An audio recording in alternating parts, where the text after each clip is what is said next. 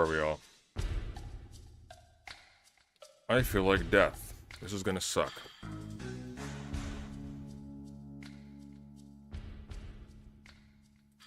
Alright. So we just go into the lobby then. I guess we go backstage.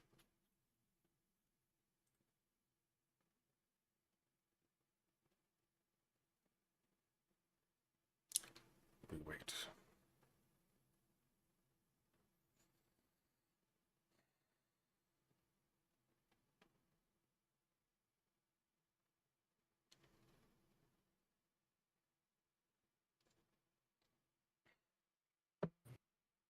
Oh. All right, we would have to go through this step by step. So that'll be a later debate.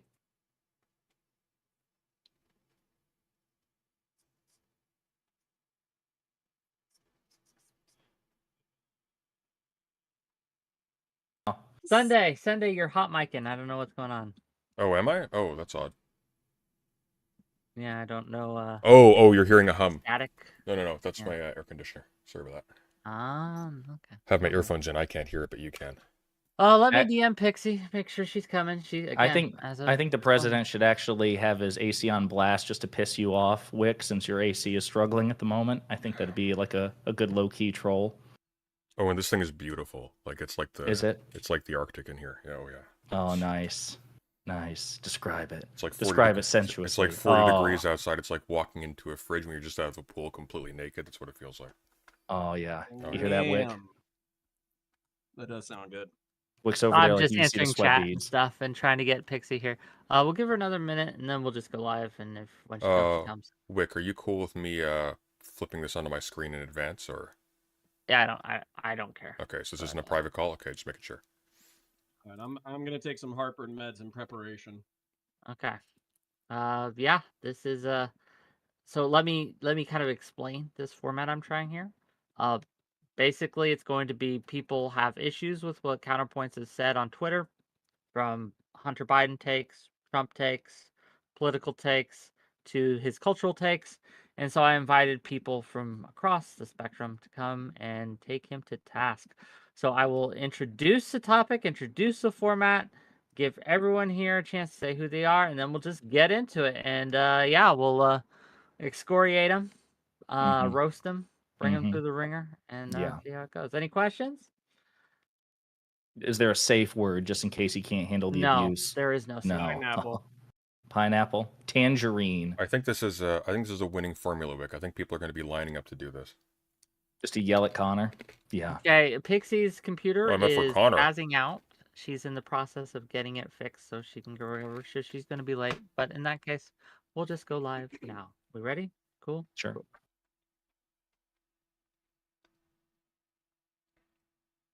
Okay, welcome to yet another episode of Wick TV, a cross-ideological space where we come together to talk about issues cultural and political, from the silly to the serious. And gang, have we a show for you? We're trying something different today, something new, something interesting, I hope, right?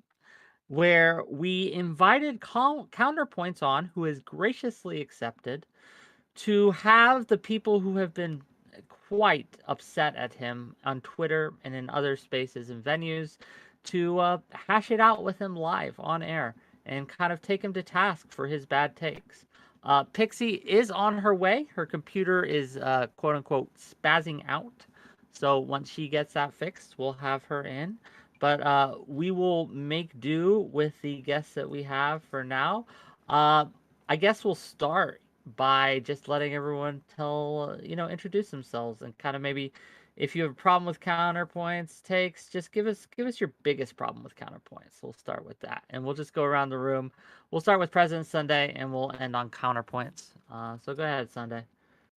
Yeah, your headset and your glasses together sort of make you look like kind of like an X-Men fan movie. I kind of dig it, but it's a little weird. Okay, fair enough. That's President Sunday, gang. You know him, you hate him, or you love him. We'll see. Chris Speaks, what you got? Yeah, ages ago, I raided into Connor with like 50 viewers, and he didn't notice it because he was fucking nerding out over Warhammer. So ever since I had a bone to pick, and I figured today is going to be the day I get to call him a cunt right to his eyes. Base. Beautiful, beautiful. Desire, go ahead. I was going to say that we had substantive political disagreements, given that he's all about bashing Hunter Biden and President Biden. But since apparently we're going for the even harder hitting stuff, I'm going to say I'm a Star Wars fan and Connor is a Warhammer 40K guy, and we just can't abide one another. It's unacceptable. Well, that's unfortunate. We already have a schism in the opposition. Hmm. Oh, wait a minute. Wait a minute. Are you also a 40K guy? Over Star Mr. Wars? President? Absolutely. Oh, God. Oh. Between the two shameless Dune ripoffs, 40K is much closer to the source material. Oh. I don't know. Okay. Wow, Wick. Way to bring the drama. All right. I didn't realize it was going to be this way already. We're 5 minutes in. And I think this other guy here was shit talking Star Wars too. So great. It's going to be a 3-on-1. I'm supposed to be beating up Connor, and now it's going to be beating up me. You know what? I genuinely, I don't believe that Star Wars. I don't even believe that people like Star Wars. I think that you've watched it when you were a kid and you missed the time that you were young and without worries. And like nowadays, you're just fucking high on the nostalgia because it's over and it's gone. Yeah. How dare you, sir? Just some audio issues, President Sunday. You're low. You're up as far as I can get on my end. But apparently people are having trouble hearing. Hello. How's this? Much There's better. that ASMR Maybe my voice. noise gate is it's too high. Let me fix that. Might be. I guess we'll just get into it then. So you had some substantive political differences. We'll start with you, Josiah. Hit 'em. What do you got? Yeah, so Connor, I know you and I and Pisco and Rob are going to be relitigating some of this on Sunday, but Wick asked me if I wanted to talk to you about some of this stuff tonight. And obviously you and I were going back and forth on Twitter about Hunter Biden, not for the first time, I might add. And so I guess my belief is that you think that this situation is much more serious than I do, number one, and number two, that you think that Hunter Biden is getting preferential treatment compared to, I don't know if it's compared to a Republican or compared to a Republican's child or compared to just the common citizen or all the above. But tell me what you think and we'll hash some of this out. Okay. Yeah. So I think that if you look at the Hunter Biden investigation and what's been revealed through the Durham investigation, regardless of whether or not you think Donald Trump is a piece of shit, I think he's a fucking piece of shit. There are substantive issues with the way that the investigation was launched, the bias that it had before it even began, the procedural things that they did in order to obtain and maintain FISA warrants, and also the way that it was politically leveraged in the public consciousness. And then even if you're going to say like, oh, well, you've shown me a bunch of smoke, but you haven't shown me any fire, I would say that the amount of smoke is substantive enough to request systemic reform because there's fucking issues across the board.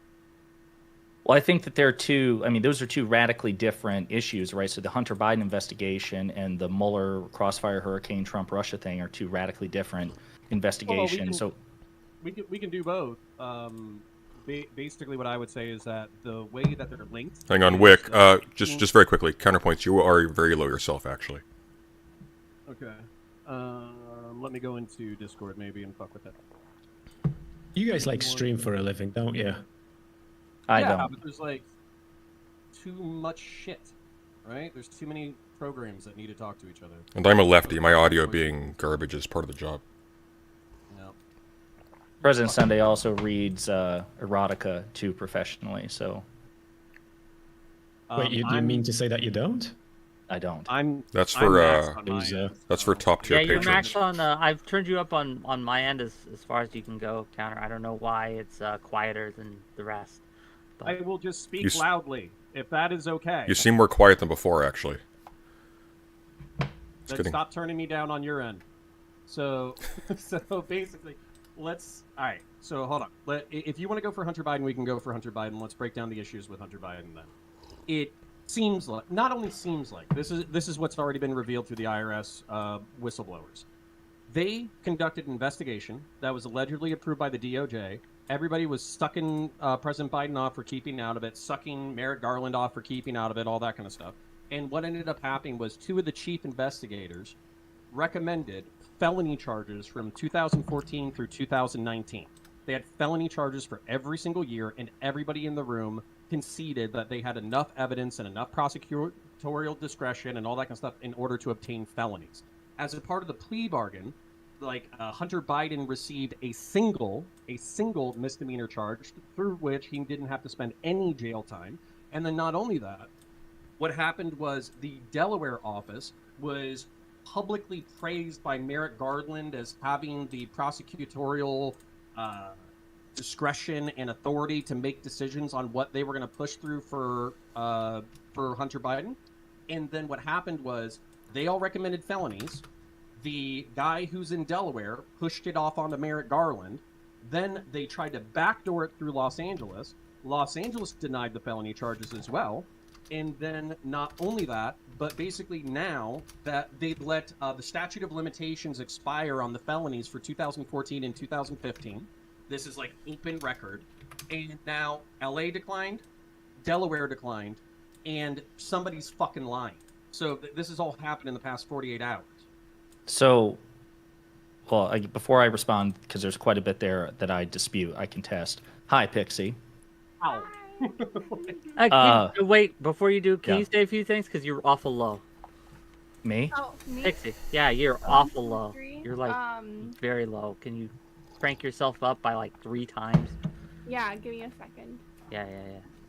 Sorry, gang. This little scuffed. We're all kind of just getting here today. Look, I was running 3 hours late from what I normally do. My sleep schedule's boned, right? But we're working on. We're gonna get it through. We're gonna get into this, right? Because a lot of people have issues with Counter, and Counter needs to answer for his crimes. I would say just Oh my yes. god.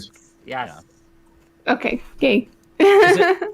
is it that we have issues with Connor, or Connor has a lot of issues? I prefer that framing, quite frankly, the latter over the former. Okay, well, tell me what you have wrong with the IRS whistleblowers. Okay, so there are quite a few things. Number one, IRS investigators don't make prosecutorial decisions. They can make recommendations, but ultimately it's at the discretion of the presiding attorney, which in this case was David Weiss, the Trump-appointed attorney, number one.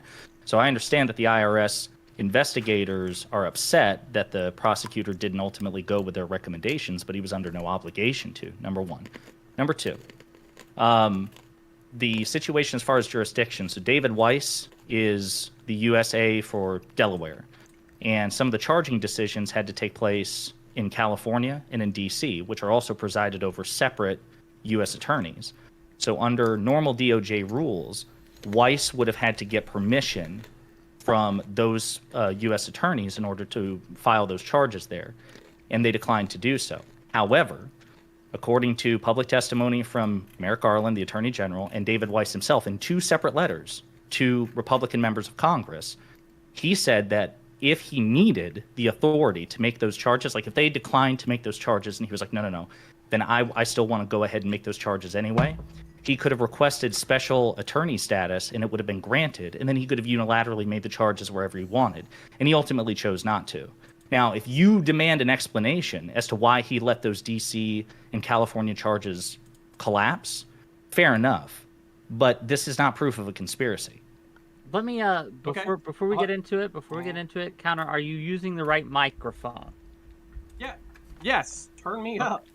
I'm using. You are up as NVIDIA far as you can go on my end. Do you want me to turn off my NVIDIA broadcast and use my other mic? That way, you guys can hear all of my mouth sounds, because that is another option. Yes, It's do not, it. It's not Here you that, go. Connor. It's the Here is all my mouth sounds.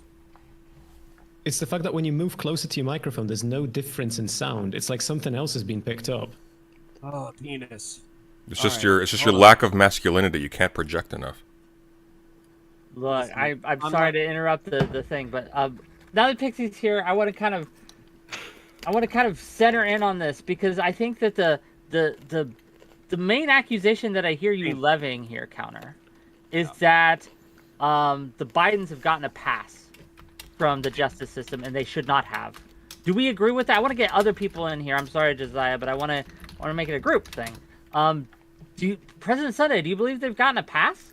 I'm from Canada. I came here to talk about the wife thing. Oh, we'll get to it. We'll get to it. I promise. Pixie, any opinions on this, or are we waiting for the wife thing too? I feel like this is something that I would have to. My first instinct, and like from what I've seen, I don't think that's necessarily the case. But I would rather do like a lot more research on this topic specifically before making a full statement. But I'm leaning towards no from the data I currently have. Noted. Chris speaks. What do you think? Also not an American, but that doesn't matter. Yeah, I'm gonna be real. The only thing I know about Hunter Biden is the penis thing currently. Like, I do not care much for the whole thing. I'm here to talk about the relationship shit as well. Okay, well, okay, Josiah. I And guess. listen, Wick, I don't know how you want to do this. I don't know if you want to break it up and like do it in chunks and go back and forth or whatever. What would be easiest? This is a new format for me, so we're just flying by the seat of our pants, gang. We're just throwing it at the wall, seeing what's Well, next. if Connor's in a position to respond to me, then I'll wait to respond to him until after we weigh in on or they weigh in on the wife I was situation. going to say, if I can just respond really quick, and then honestly, we're going to be at an evidentiary detente. So why don't we get to the evidentiary detente, and then we can move into the Fair enough. relationship. Oh, there's and a then we band can name. come back to it if we're still feeling spicy at the end of it. I will definitely be feeling spicy. So Okay. So this is contradicted by two of the prosecutors who were sitting in the room with Weiss when they were making prosecutorial decisions, and allegedly it's contradicted by Weiss's own words within those meetings in which he was saying that ultimately the decision did not rest with him. So what I would say is if that there were meeting notes, if there were audio files, if there were recordings, if there was anything like that, then that he's basically saying that this ultimately rests with the DOJ. Merrick Garland is saying that it rests with Weiss. Weiss is saying that it rests with Garland. And then publicly they're saying that they have enough authority to do whatever they want to do. And then they're opting not to. So yeah, like maybe if you want to do a whataboutism pivot to why weren't the Trumps investigated for their business dealings while they were in office? I didn't even say Trump. Okay, you're right. I am. But what I'm saying is, fuck all these people.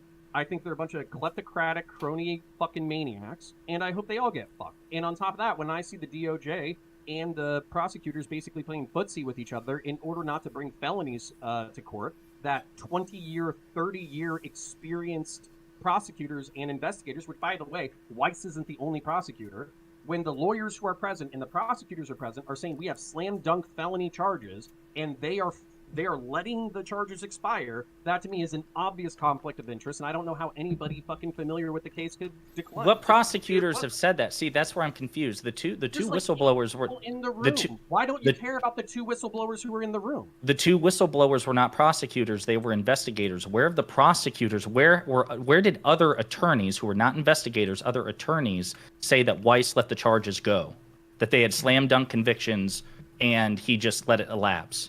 Okay. Here's the thing. So they know those names. I don't know those. Okay, so well, wait a minute. So just to clarify then, because that's where I was confused. To clarify, you're saying that the two whistleblowers alleged that there are two other attorneys who could corroborate the whistleblower's claim. We don't have evidence that no prosecutor has come out and said, actually, yeah, I corroborate what the whistleblowers are saying. David Weiss had these charges that he just let elapse. The whistleblowers are alleging this, correct? Correct. But Okay. your whistleblowers are not two fucking crackheads off the side of the street who have been like smoking drugs and they're fucking pieces I of didn't shit. say that. Have Drugs, disciplinary doing the records and all that kind of stuff. They're like 30. They're either 20 or 30-year drugs. seasoned prosecutors who have brought together cases and successfully prosecuted international criminal organizations. No, those are for the not past the 10 or 30 years. whistleblowers. With respect, Yes, Connor, they those are Shapley and Ziegler. I literally are watched. they the are fucking not testimony prosecutors. yesterday. They are investigators. There are fundamental distinctions between the two. They don't get to make charging decisions. They can make recommendations, but ultimately those are in the hands of the presiding attorneys. Okay, so now we're gonna get real fucking pedantic with it. Since you're going there, I'm gonna get pedantic. Do you think that somebody who is used to bringing evidence and working with prosecutors in order to secure convictions might know what a felony charge looks like? Like, so for instance, I'll use my own credentials at my own peril.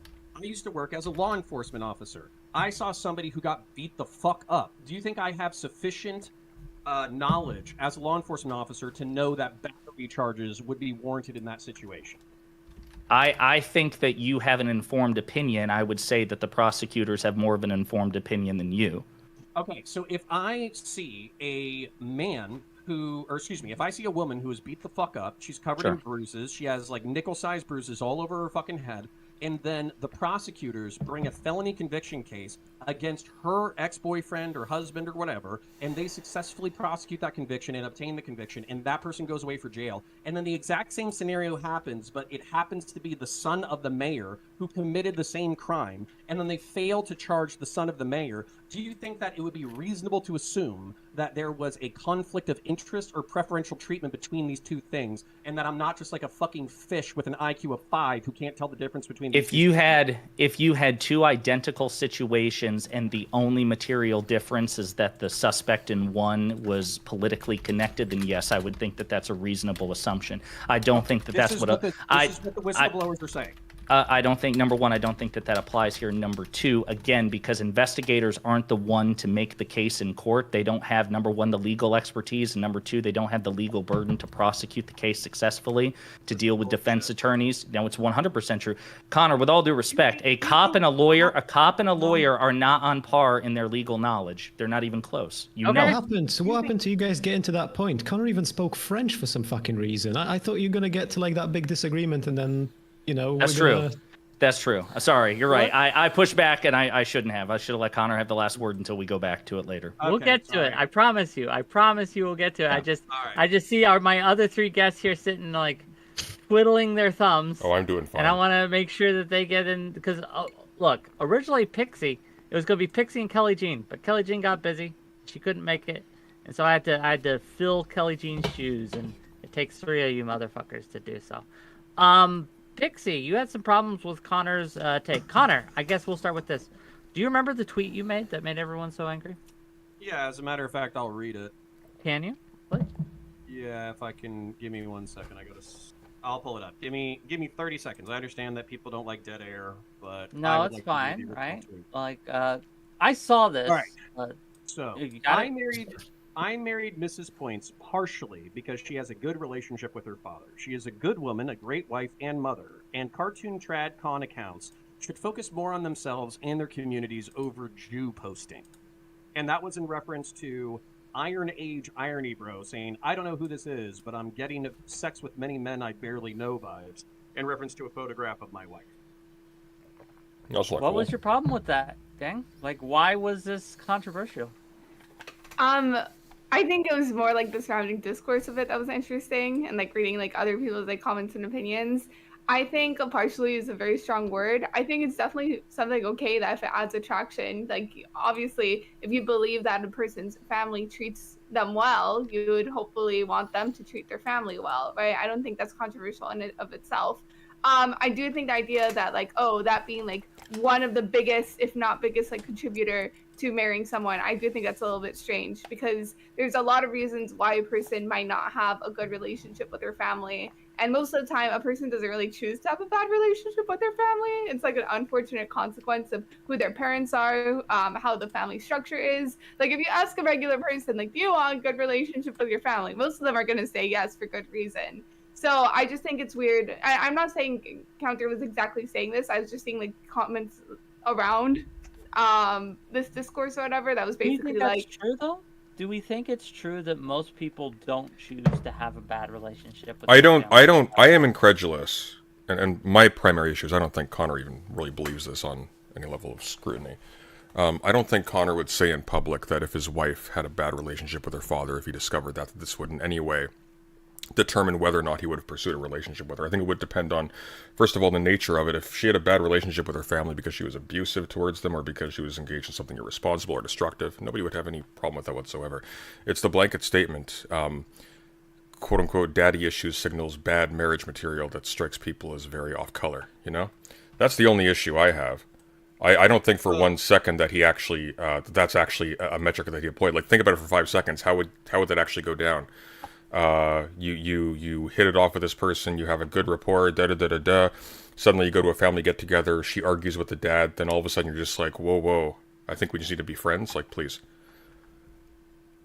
Okay, this is all shockingly fair so far, but are we going to, so just to try to cut to the heart of the contention, are we gonna pretend that these things don't correlate with like negative outcomes, like bad relationships with family? Well, bad I mean, of course, relationships with parents? bad. think it's Well, no, the- hang on. Of course, bad relationships with family can correlate with bad outcomes of many different sorts. However, from the vantage point of somebody who's courting somebody else, what you get first is not the person's family history. What you get first is your relationship with the person, and then presumably you're introduced to the family and so on and so forth afterwards.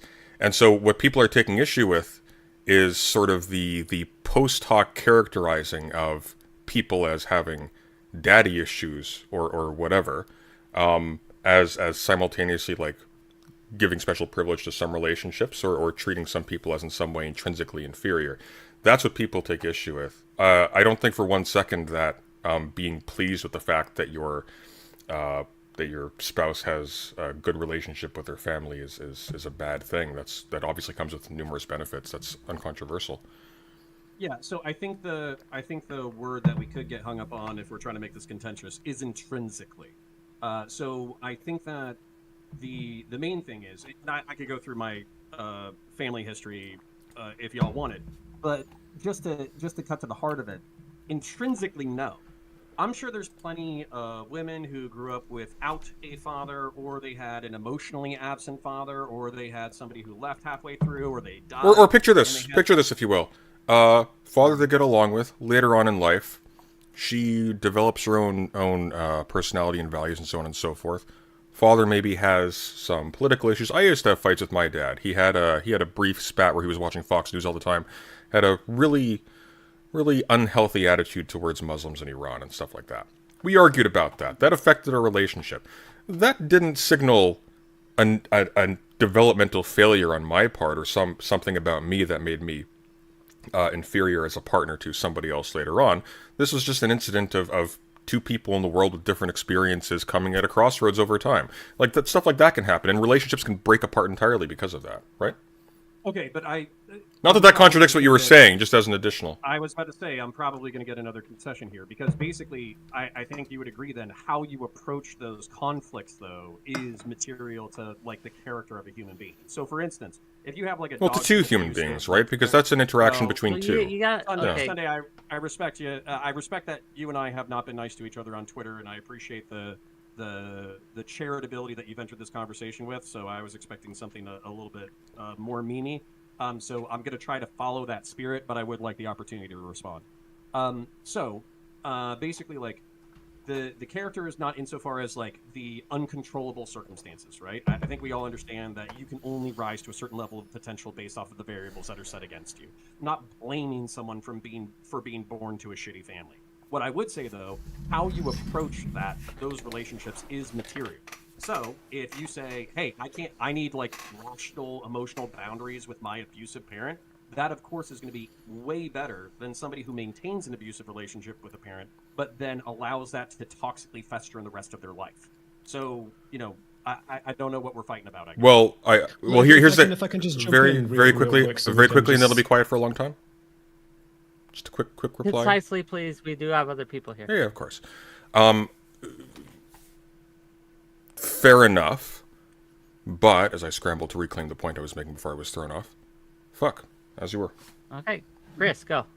I think really the explanation that you're given, everything that you're talking about makes perfect sense to me, right? And like I imagine it was the case with most of us that we kind of just realized that when we're having the back and forth, it will be a lot more reasonable of a position than how it was worded on Twitter. Like I think that people took issue with the wording on Twitter, right? It was like the idea that like what you're describing essentially is that there is some kind of a red flag, which can mean something in a relationship, but it very much came across as though you're saying that like you should have a relationship with a woman who has a good relationship with her father, which came across as though you're saying that like if a person doesn't, then there's somehow a worse than or a less than because their relationship with their father isn't that great, and like any nuance gets lost on Twitter because it's fucking Twitter.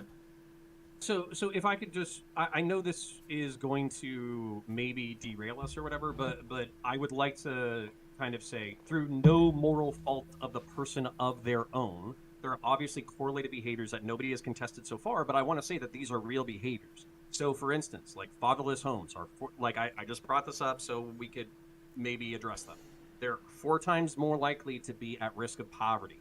They're more likely to have behavioral and psych issues. They're 2 times more great for infant mortality if there's not a father present in the home. Children of fatherless homes are more likely to go to prison, more likely to commit crime, 7 times more likely to become pregnant. Let's grant all that.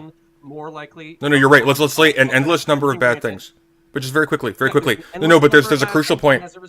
Yeah. Sure. There's a crucial point that you're missing, though.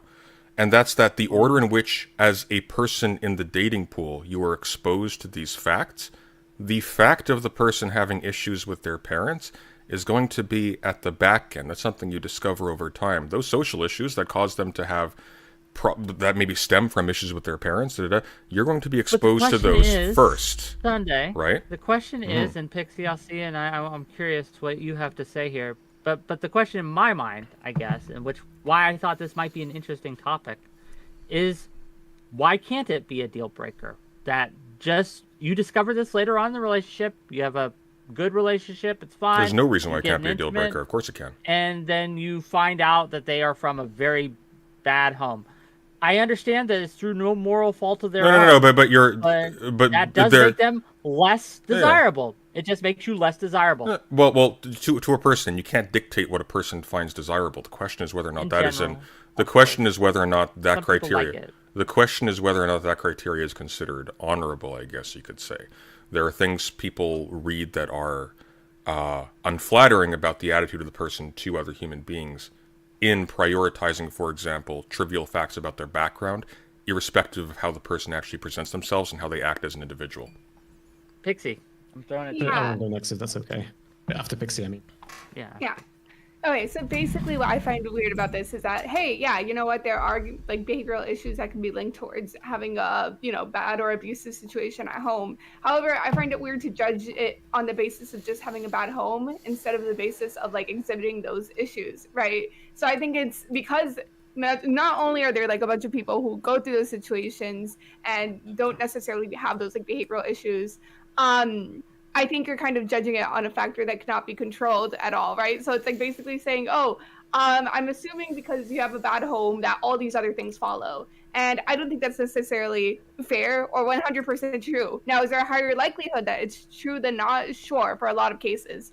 But I think you should judge the person or basically the criteria around that person to see if that judgment is true versus just the fact that they had like a bad home situation. I think that's a better measurement. You think, Pixie, a question for you. Do you think it's okay to break it off with someone because of red flags? So they're not abusive behaviors in and of themselves, but they're red flags that showcase, well, maybe this person might exhibit abusive and be abusive in the future. I think ultimately it's okay to break up with someone for basically almost anything, in my opinion. Like, I don't think it makes sense to stay in a relationship that you're not enjoying for whatever reason. It could be something as dumb as like, what is it? I don't appreciate how they snore at night or something. Ideally, though, if we're talking about what's healthy and like what I think is best for the person themselves and the relationship, you would ideally try to work through those problems. And if those like problems are not workable, then end it. But I'm not going to be here and be like, oh no, like, don't break up with someone even though you really want to. Like, I don't think that makes much sense. I don't think that works for anyone in the long run. I think I could say like... I do have responses, but I know Chris... Well, yeah, let's let Chris give his take, and then you can... Suggestion, quick suggestion. Okay. The person in Counterpoints' position in this case Counterpoints, is sort of up against 1 to 5 odds. They should be allowed a right of interruption a little bit more. Yeah, Counter. For now, I can stand by. The problem with Counter right now is his volume is so fucking low. It's because he's weak. With Counter right now. Talk so fucking loud if you need me to. Holy fuck. You need to yell. You get quieter. It's like a mouse falling down a tunnel. So yeah, it's. Okay. Yeah, Chris, I wanted to address directly what you were asking of like whether it's right or not right to break up with someone over that. I was an incel when I was way younger, and then I got like very lost in the sauce and sort of fell to the red pill. And what I'm hearing has like kind of a similar vibe to that, and it's the sense that like you're putting arbitrary barriers between yourself and happiness in like this really weird way. They're not arbitrary because they're irrelevant per se, because red flags can be very relevant in a relationship. They're arbitrary because none of them are definitive, and relationships are supposed to be about like the interpersonal like shit rather than like the robot like statistical analysis of every single shortcoming you might have as a result of like a number of things that I've picked up are problematic about your relationship. And I think it's just things like having a bad relationship with your family, things like it's not irrelevant, but also I wouldn't personally, of course, break up with someone over it, if that makes sense. And if you told me that, like, hey, me and Wick, we were in a fucking perfect relationship, right? And we were literally, like, going down on each other every fucking night of the week. And there was just this level of love that is difficult to describe. But then I found out he doesn't get along with his father, and, like, I broke off the whole fucker. Like, I would think that you're a bit strange if that happened. Like, if I knew someone who makes decisions like that, I would probably trust you a little bit less on like a personal level. Okay, so I switched to my headset. Yes, That is so much better. Yes, yes. Whatever you did, beautiful. Now I'm blowing out the ears of my audience. Hold on. Yeah, not just your own, buddy, not just your own. Penis. Okay, should be good. All right, so let's address what we've got so far, and basically bad home. All right, actually, I just want to address what Chris said. That way we can do it. Yeah, of course. Like, it shouldn't be the only factor. If you have good chemistry, they're relatively emotionally mature, they can control some of their negative impulses that might be correlated with being from a fatherless home. They have ambitions. They're a good person in bed and out of bed. They want to get married. Either you guys agree on having kids or not having kids, all that kind of stuff. That's infinitely more important than whether or not they have a good relationship with their parent. But what I've kind of gotten from the conversation so far is the fact that we all agree that these things are correlated, if not caused, and they're not moral faults on behalf of the individual, but they do exist. So if we're conceding to reality that bad homes can lead to bad behaviors, then I think that the outcome that I would be looking for is for people from fatherless homes or from broken homes or toxic homes, if they could be knowledgeable about the potential bad outcomes and then try to mitigate those to the maximum ability possible so they can become the best version of themselves they can be, not just for a partner, but also for themselves. And then if people who are dating, if they know that that is a red flag, then they can be on a lookout for the negative behaviors that we all consider correlated. So I want to point this out, though. We are approaching the subject with an infinite higher amount of charitability than anybody had on Twitter. And basically, it does, from my perspective, it feels like a little bit of a walk back compared to the amount of shit I was getting on Twitter. And then also, not only that, but when lefties let go of me, when they stop shit talking me, is when I said that stable women were my kink. So what the fuck is wrong with lefties that, like, we can talk about the correlated behaviors and this, that, the other, but if I throw up a shield of this is my sexual interest is emotionally stable women, they're like, oh, okay, that's fine. I don't like attacking kinks. That's wild. I don't quite, like, I don't think that anyone, like, suddenly we've realized that, like, oh, fuck, now we're entering, like, kink-shaming territory, therefore, like, it's all okay, we're just gonna, like, let you off, you do your thing. But, like, also, to be super clear, like, the things that we're talking about, none of this is a concession. Like, no one here, to my understanding, held a position that being fatherless cannot be a red flag. The point is that, like, all of the nuance that we're exploring right now, and I think that you know this as well, none of this nuance was in your tweets at the time, right? Like, when you're saying that, like, everyone should marry a woman who has a good relationship with her father, you're not exploring the nuance of, like, if you're stable but that relationship isn't great but you have all the other green flags and that's a-okay. You're saying something, like, very different to what we're exploring right now. Okay, well then let's find the. Well, let me just ask directly. Ask tweet. directly. Okay, this is to the panel. This is to everyone, right? You have two women or two men, right? Whatever you're into. Two people you're dating, you're seeing, right? Nothing serious yet, but you have to decide which to have a serious relationship. Which one are you going to pursue an actual, stable, kind of monogamous type of relationship? Assume you're into that. If you're not into that, okay, work with me here. Okay, one of them comes from a great home. They have a great relationship with their family, great relationship with their father, their mother. Everything's good on that end. The other does not. The other has a tumultuous, it's causing them all sorts of issues and problems. Everything else is the same. Equally attractive, equally interesting, equally intelligent, equally charming. This is a variable.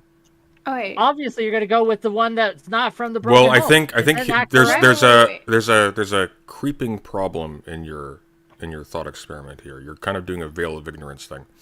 The problem here is that you don't develop relationships by looking at a sheet. I mean, I guess like increasingly people do these days, never mind. But you don't typically pick a relationship based upon looking at like a character sheet and picking the ideal traits. You develop a relationship with the people you happen to encounter in your life. And so if you've developed a relationship with a person, the question is, because once again, these parental and familial and all these different issues, these are things that are going to be revealed to you as you become closer to the person, whether or not these are treated sort of intrinsically or reflexively as deal breakers or not. That's a different question from whether or not you would prefer to have a partner, all things considered, with a stack of historical characteristics that sort of predicate or associated with positive outcomes. We've done this for a long, long time, and Pixie, I'll let you go after respond to this, but you're just wrong. We make pros and cons lists. I did this as a teen. Like when I don't know what you're. Hang on, I'm not sure what you're responding to. Pros and cons, right? Pros and cons Yes. of like these are the pros of Sally, these are the cons of Sally, these are the pros of Susie, and these are the cons of Susie. But you did and you that. rack them and stack them, and you make choices Like on based an actual on piece that. of paper, Wick. Yes, on a Like you had fucking notebook. post-it notes around your house being like, well, Not Susie's... a post-it note, but the idea that we don't look at these qualities as we're getting to know and as they are revealed to us, and then use those qualities to make judgments is weird to me. Yeah, but we look at Go them ahead. the Also- way that Sunday just described, Go- right? We go look ahead, at them Counter. in Go a ahead, like a Counter. more... Yeah, Chris, sorry for interrupting, And then but Pixie, I want to point see out Pixie next, this so. is so I want to address a point, and then I want to move through the tweet thread. So the point that I wanted to make was that I understand that people are pissed that I'm like passively indicting them for the behaviors of their family and all that kind of stuff, but we've kind of already conceded that this is something worth evaluating. And on top of that, when you get married, you're effectively merging families. So most people want to get married. Most people want to have children. And when you get married, you're kind of marrying your other partner's family. So like So to be clear, if your Mhm. wife had a bad relationship with her father and you knew her exactly as she is now until years later down the line you were introduced to her father, maybe they live abroad or whatever, that would be a reason to cut off the relationship. That would tend towards that. Her happenstance relationship with her father. If she was like, oh, I have like a father who's like a diddler who used to put out cigarettes on me, but I still want to have a relationship. What if it's with just him, then interpersonal obviously- friction? They just bicker a lot and it has downstream effects. They just don't get along. Counter answer your question, Sunday. Yeah, And particularizing. Well, we would have to take it to the extremes, because even in good relationships you have conflict. So Yeah. when you go to like normal levels or I don't even want to say normal. If you go to average levels of conflict or slightly above average levels of conflict, of course you can mitigate it through good interpersonal communication. But all right, so I kind of made my point. I hope it was heard. But let's move through the tweet thread. Well, perhaps the father should go on the first date.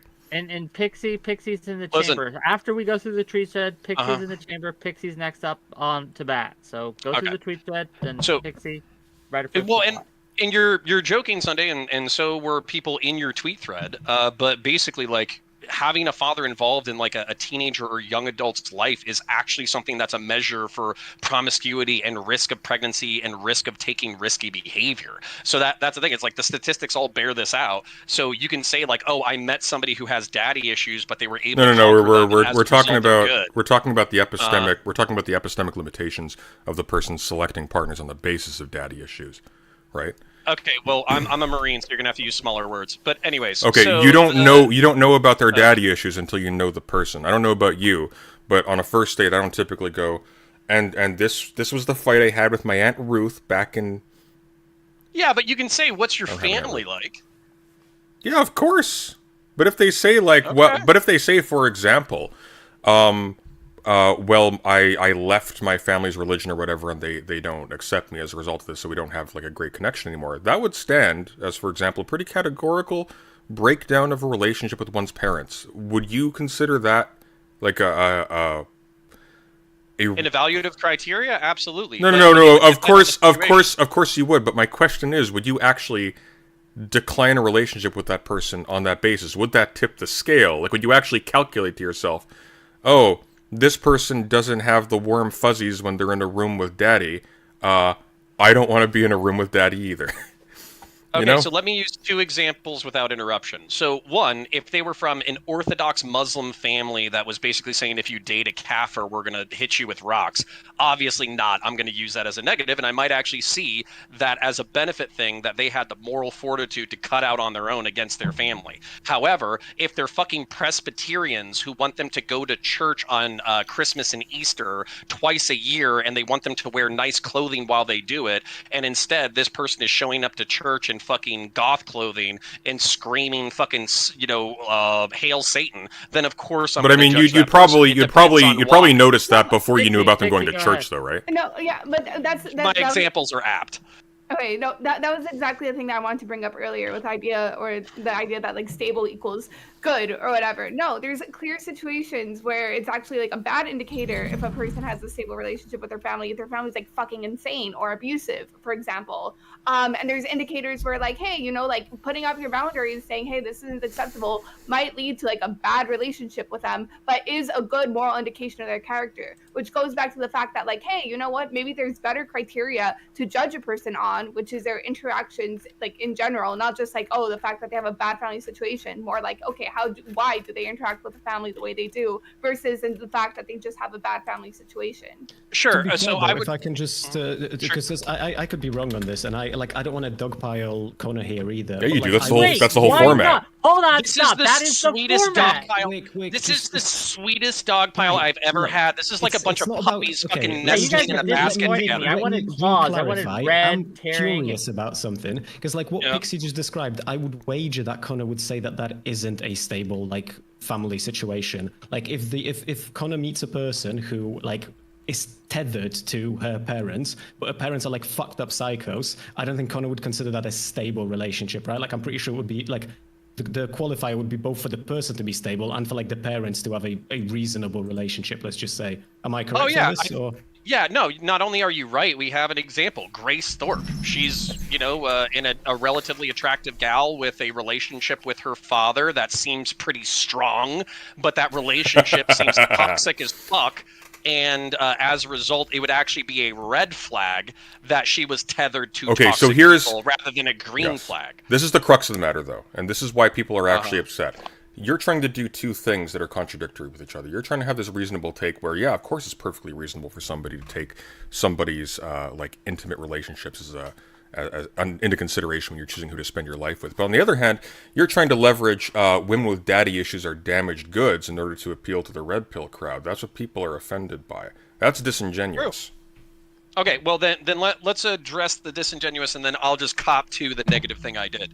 So let's just read the tweet, because this is what started it all, by the way, which I think it needs be remarked, all right? I started getting dogpiled by lefties by calling out like a fucking right-winger who was posting about Jews and my wife being a whore. But anyways, let's ignore that. So I don't think anybody takes issue with the phrase, she is a good woman. She is a good woman, a great wife and mother, and cartoon trad accounts should focus more on themselves and their communities over Jew posting. I don't think anybody has an issue with that sentence, right? Okay, No, so nobody has an issue with that Wick, sentence. any So the issues? issue- Speak now. I have an issue that people aren't super chatting and following more. Ice Beans, I see your comment. I'll read it, but let's let them go for a minute. just out of Okay. curiosity, Connor, was So- that Wick that you were responding to? No, this was Iron Age Irony Bro. So unless Wick, that's is that Wick's one of your fault. accounts? Account, yeah. All right, so let's get into the next point. I married Mrs. Points partially because she has a good relationship with her father. And then let me enter into the lore a little bit, okay? So my wife's parents are not together. As a matter of fact, they have a very toxic relationship, the wife and husband do. But the husband, or ex-husband, I guess, is a very hard worker who made it a point to stay in his children's lives despite having every excuse to run away, supported them financially, made sure that they had decent academics, made sure that they made it through school, maintained a good relationship with them through post-secondary education, maintained connections enough that he can talk to his kids about their social lives, and also calls his family like at least once a week, if not twice a week. Hell of Now a that guy. is like a level... That's like a lovely closeness of intimacy and friendliness that I don't even have in my family. And my parents are together. I talk to my parents like once every few weeks or once a month. So I think it's a perfectly reasonable thing to see two people who have a good relationship despite having all the variables and excuses to not have a good relationship and say, I want to be around these people. I Well, think you know, that's it's perfectly fine 20, to it's say. 2023. No one's going to judge you if you just marry the father. Would you go as far, and Ice Beans, I'll read your comment right after this, but question for counterpoints here.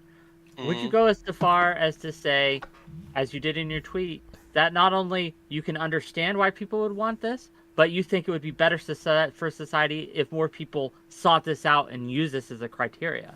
Do you think it would improve society if more people went and chose people from good homes rather than bad homes? Okay, so I think it would be good for society if they chose people from good homes and over bad homes, but then I think it would also be a better, more nuanced criteria to say if there's people from bad homes who have overcome their issues or who take active measures to overcome their issues, then of course that's going to be a better society. What about a person That's from a what bad people home? do, What about a yeah. person from a bad home who's well adjusted, just because their what character I just hasn't said. developed? All right, what about a person from a good home or the stable home, family home life, whatever, that, theoretically shouldn't be good, right? So for example, if your parent, yeah, exactly. That's like what my biggest contention is, where it's like, okay, they have a good home, but they They're shouldn't. a piece of shit. Yeah. Okay, don't fucking date them. Connor, look, I'm going to make this a million times easier for you. Okay, this is how you avoid all of the complaints. Just say one of the decisions that led to me choosing to marry Mrs. Points is that I observed how she interacts with her family. It seemed really healthy, and I projected that she would carry those tendencies into our family going forward. Nobody would have an issue with that. Sunday, are you okay, giving number people one- advice how to interact on Twitter in a less acidic way? Yeah. Is this happening? Yeah, I was about to say that number one, that doesn't fit in 280 characters. Number two, I couldn't have brought that up and also brought up the Jew posting and slut shaming of my wife. Yeah, but when you're talking to us, you you can do that, right? Like you have multiple. You can do multiple tweets. So, We did hold that. on. So back and forth. yeah, I was about to say, President Sunday successfully ratioed me with the following tweet. No, that's not Dot, true. dot, He got dot. all his friends. He got all his friends, and he ratioed me on behalf of his wife, which is a noble and heroic endeavor. If ever. I'm I curious. had to defend the honor of my wife. But no, you ratioed me on this one. You said ... You married your wife because of her relationship with her father, ?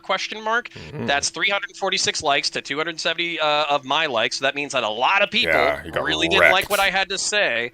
And not only that, probably the half dozen more like extreme comments in that section are saying that because I like my wife's father, that I want to have sex with him, and it's a Freudian fucking Hey, subconscious look, thing that I man. wanna I'm bang my not father-in-law. I'm not judging you. Do you?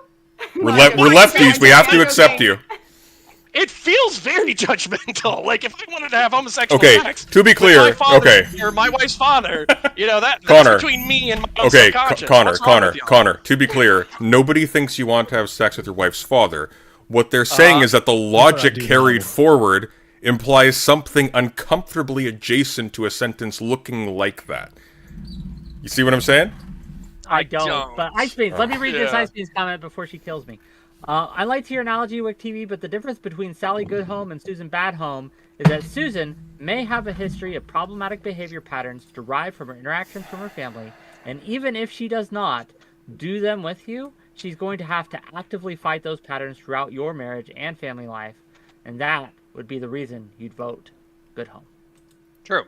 Unless you're really into kinky sex. So the following tweet, where I did ratio President Sunday, was you should marry a woman who has good relationships with her family. This is uncontroversial anywhere besides Twitter, the refuge of the fatherless. Now that's me getting a little spicy, I'll admit it. That's me slut shaming, I'm not girls fatherless. with daddy issues. Who here's Well, fatherless? right. Show of hands. That specifically that was the tweets that I took like the main issue with, because Yeah. in my defense, to be fair, Connor, and this is like completely your fault, I was scrolling through your fucking feed to get to that tweet, and I had like that Ellen thing pop up where I'm just like out of ability to browse Twitter anymore because of how much time you spend on that fucking website retweeting shit. Nice. Yeah, see, it's sabotage. Pay $8 a month to Elon, or else you're gonna fail. So, anyways, the point being that is a jab at people who do not have a father. Absolutely. Like I'm calling lefties and progressives who are saying that I want to subconsciously bang my father-in-law. Yeah, I'm saying that. But you I probably have a like, father. correlated. Well, do you want to bang your father-in-law? I don't have a father-in-law, but no, I would not. Do you want to Okay. ban Connor's father-in-law? Do you want to bang my father-in-law? I don't know. Send me a picture. I'll let you know later. Okay, I'll let you know. He's basically he found out that he was pre-diabetic, so he started getting in shape. He might be into it. I wanna take a moment to ask Josiah, because Josiah gets at me all the time, right, for being too harsh on lefties. Okay, you get at me at this all the time, but why aren't you Be calling harder, we out can the take it. lefties? Why aren't you calling out the lefties who are going harder on counterpoints for defending his wife than they would at the legislation that's being passed, right? Or politicians that could actually mess with you, right? They seem to be more interested in attacking counterpoints for making a statement on Twitter. I see what you're doing here. Very sneaky. Listen, I will say, I was worried you were going to ask me to weigh in on this. I'm like, I've got absolutely no fucking comment. But as far as, President Sunday and Pixie and this, what's your name, buddy? Oh, we're gonna have an issue now. Okay, this person right here, who I do Not your like, buddy, by the pal. way, except for his Star Wars takes, he's awful, terrible. I do agree. I wish that they would beat up Connor more about his political takes than his relationship takes, but that's just because my preference is, policy and political rhetoric and stuff like that, as opposed to, red pill and culture. It's also because bullshit. it's easier. What is easier? Wait, the politics is easier, Oh, or relationships? That was easier. Oh, he was breaking down really fast into that one. The beginning of this conversation, yeah. Yeah, that's true. Okay, so fair enough. But yeah, I wish that they would focus more on politics and stuff like that. But that's just my preference. I mean, if you're going to discuss like cultural war let's issues, ask them. but yeah. Pixie, you follow Counterpoints, right? Yeah, sometimes I feel like I just go in and out of Twitter sporadically, and every single time, because of the shows I've been on, I'm inundated with like red pill shit, so I just like don't stay on there for too long. Fair enough. I am curious why you decided to go after Counter on this of all things, rather than some of his political takes that She's are fatherless. right leaning. Because it popped on my feed, literally. Because she wants to sleep with his father-in-law, or whatever the meta Yes. is now. Apparently, everybody wants to sleep with Connor's father-in-law. This was an elaborate scheme to sleep. I'll with. tell him. I'm telling the truth now. I'm sorry. He I is had to come single. out like this. I mean, he seems like he has a really healthy relationship with the people around him. So If you're bad. into like a middle-aged silver-haired George Clooney dude with just like a little bit of dad bod vibes, then yeah, I could set you up. He's selling it. Personally, I'm not, but I actually have a friend who legitimately might be interested. But whatever. I like the attention to his below the neck physicality Yo, if we too. get Counter Very, very Father healthy laid out of relationship with this, I don't know what to tell you. Jeez. I wanna- I'm imagining the Michael Scott meme where it's like, "Stop dating my dad." Like, But I want to get Shooting back even into the meat of the discussion here, because I think I have a stronger take on this than maybe Counterpoints does. I saw this, and I don't know why we want to pretend that someone's family doesn't influence them. Your upbringing absolutely influences them. Who wants to pretend that? Can I piggyback on this before we get into it? Yeah, please. Yeah, so of course I'm taking a shot. I saw a few people who were saying that I wanted to have sex with my father-in-law, so I took that like a little bit personal. This is also in reference to me defending the honor of my wife against some tradcon red pill fucking douchebag. So yeah, I took it a little personal and I took a shot. But at the same time, like, can we just admit that we operate in a political landscape in which it is like, it was normal a year and a half ago for, and I know some of y'all are friends with this person, so I'm not trying to talk too much shit, but like, Doe, they had a very hard upbringing, and that correlates to some behavior that I would say is negative. I would judge it as negative. Why don't you be specific? What are you referring to? Well, I would say participating in like vor fetishism and going by its pronouns and potentially drug use and all that kind of stuff. I would consider that bad. Okay. Okay, and then that's one example. If you want me to use another example, Well, I'm just a little bit beautiful perplexed. Trans gal. I'm just a little Okay, bit. hold on, I'm just. I'll give you another example. No, but you don't need to. That's Hey, plenty.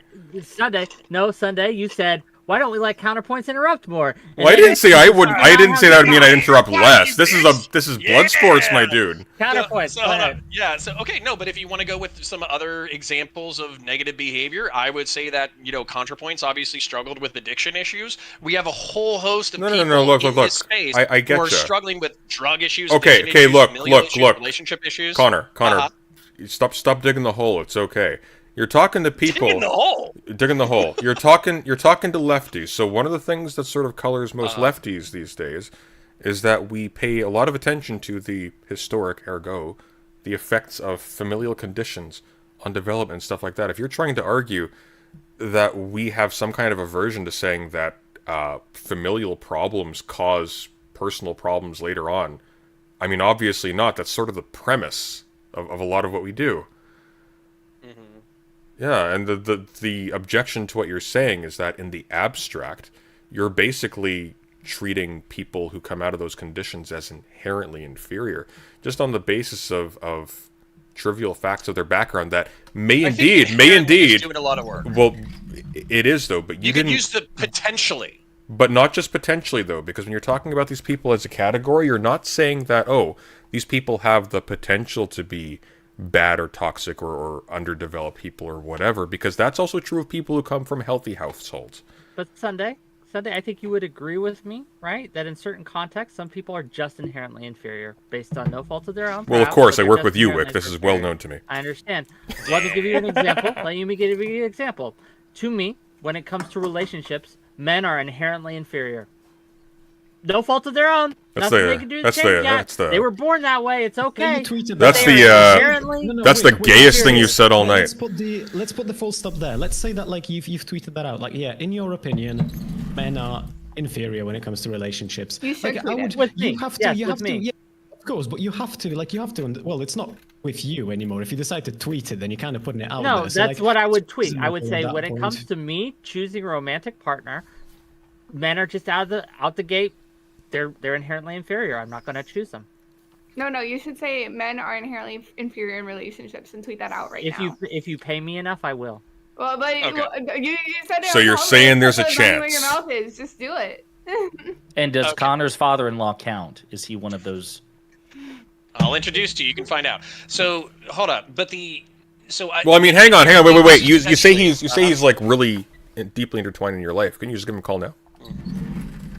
I could. The problem is he'd actually pick up. So, Do like, it. I'm like, Do it. I don't know. I don't know if we I'm want to. good. Like there's actually like a 95% chance he'd pick up and he'd be like, "Hey, what's going on?" Like, so yeah, pass on that. He's a keeper. Yeah. So okay. So anyways, the point being like, fuck me. Listen, the inherently versus potentially. You're right. If I wanted to avoid the wrath of lefties, I should have used the potential or these things are correlated, not caused, and people struggle in order to overcome their difficult circumstances, and we should No, valorize not their even. efforts and all that kind of shit. No. It's so much simpler than that. Just don't make a statement to the effect that, hey, if you have this thing in your profile, yeah, you're no good. And that was the direct implication. That was the implication of what you were saying. It That's was, all. but Yeah. let me ask the real question, because this might sting a little bit. So, is social media in general and Twitter in particular a social refuge for people who have bad relationships with their families, namely their fathers? It's a social refuge for literally everyone. No, but I'm just saying there are grass Dixie, touchers. are They they? do exist. Twitter is. There are grass touchers who exist. I have a Okay, great okay. relationship. I had a great relationship with my Well, I father. He's want dead Pixie now, to but answer like this question. I want I- Chris to I- answer this I question. I want negatively Josiah to respond to answer that. this question. Okay. This also kind of goes back to why I don't think like the parent criteria is necessarily the best one, and it's because like I honestly would like unironically think a better judge of my moral character would be the fact that I use fucking Twitter than the fact that like me and my family like have contentious relationships sometimes. I am not like I'm being unironic here. I think if you want to judge a person like Yeah. more on their character, you'd be closer on that than you would on the fact that like. but are those behaviors correlated? So are your bad relationships with your family correlated with your overuse of Twitter, which is an indictment of your moral character? I mean, being American is correlated with a lot of things. I don't know what the logic is here exactly. I want Pixie to answer the question. Pixie, go. Well, basically, it's the same like line of logic, right? There's like a lot of things that could be correlated to an overuse of Twitter. Sure, parental problems might be one of them, but also like if you don't have any parental problems and you're still like on Twitter a lot, that doesn't necessarily indicate like developmental fault. It means that you're like a fucking schizo who doesn't have enough of a life, right? So that's why I think that is a clear indication of your behaviors and your actions with other people than like, oh, you know, a relationship with your family that might be good, might be bad. There's a lot of factors that could play into why it might be good, why it might be bad. It might be even better if you have a bad one, depending on who they are, you know? I just think there's better markers for how... Here's a question for you, Connor. By the same metric, so black people in America, I believe, have the highest poverty rate at 19.5%. Would you not, therefore, date a black person? I mean, I wouldn't date a black person because I'm a little racist, but that's fine. My chat likes that. No, but I would say that the correlated issues, I would say, would stem back to socioeconomics, and so I would be red flagged on that. So I would actually look. You'd be red flagged on a dating partner being black? Yeah, I would. Okay. I would look at their relationships with their family. I would look at their relationships with their community. I would look at where they lived. I would look at their socioeconomic conditions. I would look at all that kind of shit, and I would be looking out for red flags, of course. Yeah, but we're doing the same thing again. You've said that yes, you'd like look at them some kind of way because they're black, and then you've described a whole bunch of things that like might be more present in black community, but they aren't inherent to it by any stretch of the imagination. And like the whole point that we were trying to make earlier, and what like we keep looping around, is the idea that like we don't make relationship decisions on like the basis of like the statistical analysis that we do after like a few days on Twitter. Like that's not how humans tend to interact with one another. You meet someone, you see how you vibe, and generally speaking, you see if your values are more or less aligned. And like that is kind of like the only thing really that matters at the end of the day. But at the same time, like what we're still escaping pretty much what I said in a very aggressive and memey way. You take variables, you use them as conscious things that you track, see if they correlate with variables that you know correlate with those things, and then you make evaluative decisions based off of that. So for instance, like you're describing just the natural, like just the natural dating process, right? Let me try and if we're doing like correct, the and I'm saying that the natural dating process is perfectly fine. No one disagrees with that. The problem was with saying that, like, when you say you should marry X, Y, and Z, then the implication is that if the person doesn't fit into X, Y, and Z, then there is something wrong with them. They are like inferior in one way or another, or there is like some kind of a problem. Like, let me just, I want to take us on a journey for a minute or two, and I want you, Connor, and I want Wick to like pay attention to this, just because of like how, just because, well, Wick as well because of what he said. So like, just imagine this, right? Just like think that like we've been friends for years, right? Like we vibe, we meet in the evening, right? Like as you can see on the screen right now, your hands are intertwined with my toes. We have a real connection. I'm wearing the thigh highs that you've gifted me. We're sharing our favorite Hubba Bubba extra long, okay, limited edition Coca-Cola flavor.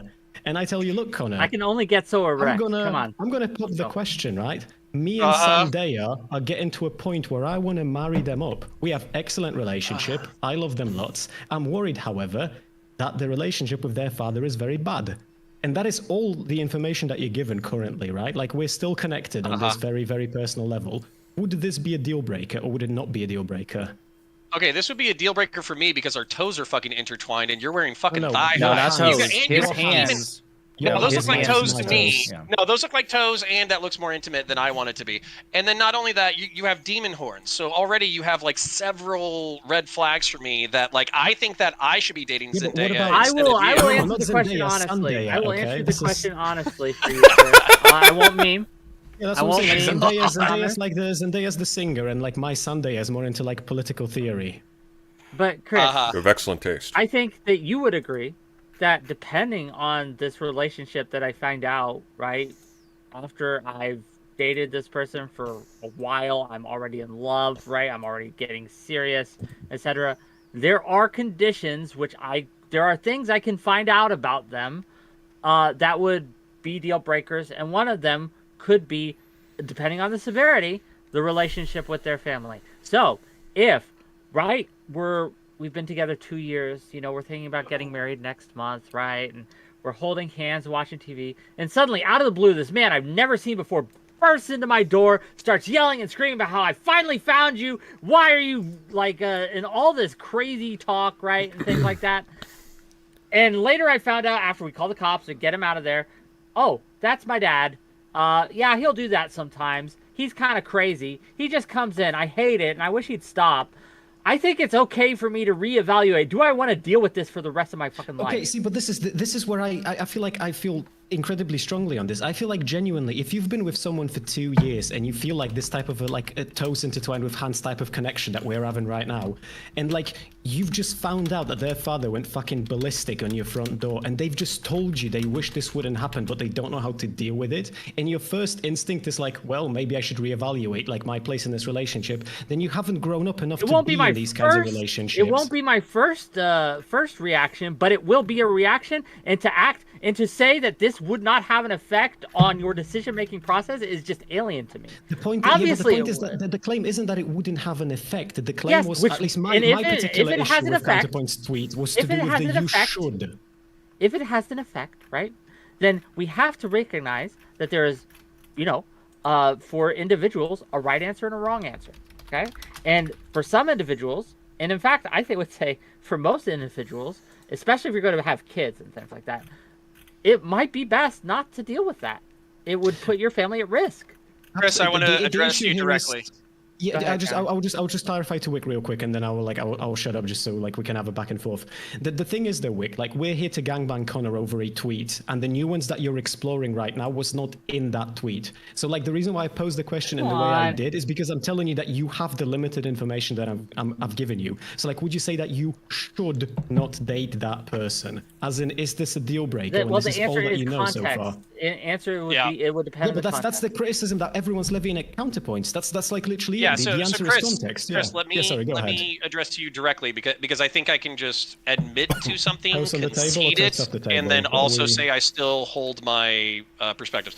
Wait, are we holding hands on top of the table and then holding toes underneath the table? Okay, you know what, you geriatric fuck, I'm gonna make this bigger for you, okay? There is a big ass fucking table. You've got your hands, and they're intertwined with my toes, and I'm wearing why- the thigh highs that you've given me. Oh God, that's what it is. So it's my hands and it's your toes. You didn't know that? Dude. Okay, fuck yeah, because we don't know each other. So like, here's the thing. It's I hate more the, intimate than our toes being So, like, intertwined. it's This because is of the skinny worse. legs threw you off. Yeah, so like, let me explain real quick. I hit the gym quite a lot, but I fucking hate the leg day. So I'm basically built like an ice cream cone. Like I'm very much like Chad at the top, See, but femboy at but the this bottom. is where we're talking about how context matters because it's green flag that you hit the gym, but then it's red flag that you don't do legs. So like you got to understand there's like correlations and rules have exceptions, and It's called that's what I was party in the back for a reason. Okay, but at the same time, if you said, I think that people should date people who take care of their body and work out, then I would instantaneously agree with you. But then if you came back and you said, but the person that you're dating doesn't do legs, I would be like, that's a problem, and I'm gonna have to factor that into my decision making. But let's just stop memeing for a second because I think I can solve this entire like rhetorical whatever issue. So you staying are on right. the table until you've convinced me. That's fine. I don't know if I'm going to. You are right.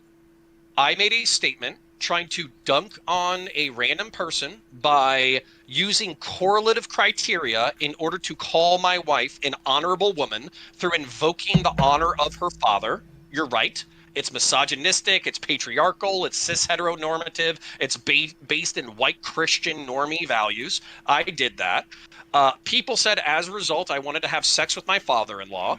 I took issue with that. I thought that that was an improper inference based off of what I said. And I do think that he is a good man, but I don't like penises or male buttholes. So I did not want to do that. And as a result, because I feel like lefties correlate with degenerate behavior, sexual promiscuity, and generally speaking, not having good relationships with their family, I maligned 25% of the adult population by insinuating that they had bad relationships with their father and therefore were undeserving of love.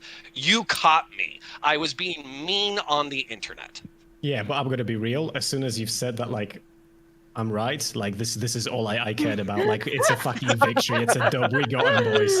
We can go home now, happy. We have achieved victory here today. Okay. And also, can I just ask, just out of pure curiosity, because you keep saying that like your wife's honorable. Like, how many sword fights has she won? Actually, she is quite the sportswoman. She can throw a baseball like a fucking champ. She can fight. She can throw down. She's a tough lady. Okay, so I haven't fenced in a while, but I think there's an easy way to solve all of this, and I just need to fight your wife in single combat. Exactly, You know what, President Sunday? Unfortunately, she would really take you up on that. So, like, you know, I was trying to. What do you mean, unfortunately? Yeah, You raised the money. So I saw you raising money, Counterpoints. I saw you raising money to fight Kingston. Yeah. Why don't we raise money for your wife versus President Sunday in a fencing match? No, I wouldn't. President Sunday, what state do you live in? I wouldn't want to humiliate Counterpoints' wife. So like you that. were running away from this potential I am. fight? Oh no! You were running away from this potential fight. We could have made so much money. We could have made so much money. We could have turned it into an entire series of events. You could fence. You could, MMA bout. You could Some do all sort of sorts decathlon. Yeah. Nice. Okay. Absolutely. Klingon sword. Okay. Okay. Let's do it. She might be in chat. So all right. So hold up. So I'm conceding that I was a poor sport, and I was saying something mean on the internet, maligning 25% of the adult population. But I also want people to understand, because there's probably in your guys' audience who don't like the way that I post on Twitter, which is fine. What I would say is, I am making serious points, but don't take everything I say on Twitter literally true. You know what I'm saying? Like, were you being poetic? Then yeah, I was okay? No, I was. Yes, I maligned 25% of the population, many of whom people I think are probably just fine people. Okay, But I was I'm being doing mean. IQ form next time. He I was think that'd being be a good. limmer dick. Pixie, Maybe. finish your point, then Josiah. But then I have questions from the audience. Finish your point. She spoke for like 0.3 seconds. She hasn't even started making No, points. I'm saying Just when I mouthing the say first that, syllable. when I say that, what I'm meaning is for the rest of you not to interrupt her. Go ahead. What I was saying is Yeah, that that's I what you agree meant. with the idea that if you're being poetic, you should have done it in a poetic form more. Like, you should have made it in haiku. I think that would have really gotten your point Haiku. across. And I think, I'm not very good at But that's haikus. cultural appropriation. What are you doing? It is. I am a man, and I'm not good at poetry. So, I think you should try. Not You good at should tweeting expand. either, eh? hey, listen, I got 20K followers on Twitter. Okay. Hey, I am one of them, okay? Let's be real though. I do get an average of 12 likes unless it's a banger, but I do have 20,000 followers on Twitter. So. Well, way to shame me. Okay, let's see. So, this is from Old Man Laundry. I don't know if I'm saying Oh no. I was surprised to see you in Crossfire by Lauren Southern, which seemed more like a Mike Cernovich puff piece than anything. Questions. Are you uncomfortable being affiliated with people like Cernovich or Posobiec or the cast of the film? I'm not but I have my own views. So for instance, I helped also, not only did I help Lauren with Crossfire, but I also helped her with Infringed, which is supposed to come out this summer, which is a Tim Pool production. I am not a fan of every one of Tim Pool's takes. I am not a fan of every one of Jack Posobiec's takes. I'm not a fan of Cernovich's takes. Cernovich had the worst fucking take I've ever heard, which he was saying that shopping carts are not a heuristic for like a good society, and I would fist fight over that shit. So no, I can be associated with people who have bad takes. Can you elaborate on that? Can I just jump People who in put real back quick with shopping carts. just We'll what put an back shopping absolute carts. giga chad chatter though. Like comes into Wickstream, doesn't listen to a fucking word on the panel, asks a question that has nothing to do with what we've spoken about, refuses to elaborate and leaves. Like I respect people there's like more. that, you know. There's more. Okay, there's more coming. All right, I'm sorry. Fire Laundry. away. Okay, I want to point this out. I had the same reaction when what Sunday said when you read Old Man Laundry, because he blocked me after I made a YouTube video explaining the actual He's facts here. We behind. could bring him on. His machinations are beyond the comprehension of mere mortals. I don't think that would do Are it. the I'm references saying he's to Lauren here. We Southern- could bring him on if Are the you really references wanted. to Lauren Southern, are they films or documentaries? What are they? You said Infringed. documentaries. Okay, gotcha. Yeah. Okay. So, the second question: were you compensated to be in that film? I was not, but I was compensated for in fringe for travel and security expenses. Oh, you hack fraud. It's just bought And out. how It's did you a end up shill. in, I guess, those films? So, funny story. I did not know Lauren at all. Somebody jumped into my comments and said that she was making a documentary on police brutality and police reform and all that kind of stuff. I emailed her. She said, "Yeah, that sounds interesting," and then I helped her, and that was it. I got We've a. been internet pals since. Can I ask a question? Sure. So if you literally just were introduced to this person through this project, how did you go from there to giving us all the juicy details on her affair with Destiny afterwards? All right. The affair or whatever is an emotional relationship that got deep during a difficult time in her life. And I didn't like the fact that a lot of people were meaning that they had a child together. But or how had, did like, a you super know? intimate How did you get involved in this? That's what I'm curious about. Also, So- a follow-up question. Do you think Destiny Sure. would choose a girl from a 2-parent household or 1-parent household? I think Destiny would absolutely pick a woman from a fucking single parent household, which makes Lauren a bad choice. God damn it. Sorry. Sunday, you had a follow-up question. Yeah. How the fuck do you enter the equation? Where are we getting this information from you? That's what I'm curious about. Because Lauren and I became internet friends. So we talk, we disagree on things, we don't like some of each other's political perspectives, we like some of each other's political perspectives. Just late night conversations about how she just can't get over the damned smile on that little gnome. Nobody Yeah, in she was particular very says, she was very upset that they were letting brown and black people into Europe, and that was like a very passionate thing for her. So we talked about, Middle Eastern, North African immigration and police shootings and brutality and philosophy and doing drugs and Jordan Peterson and all that kind of stuff. So not having seen the police brutality documentary, where did you and Lauren fall? Were you pro or anti? I mean, I'm pro police reform. I think there's a shitload of things that we can do better, and I also think that there's a shitload of like community engagement things that we could do in order to make law enforcement and the community better. So anti police brutality? Largely, there's exceptions.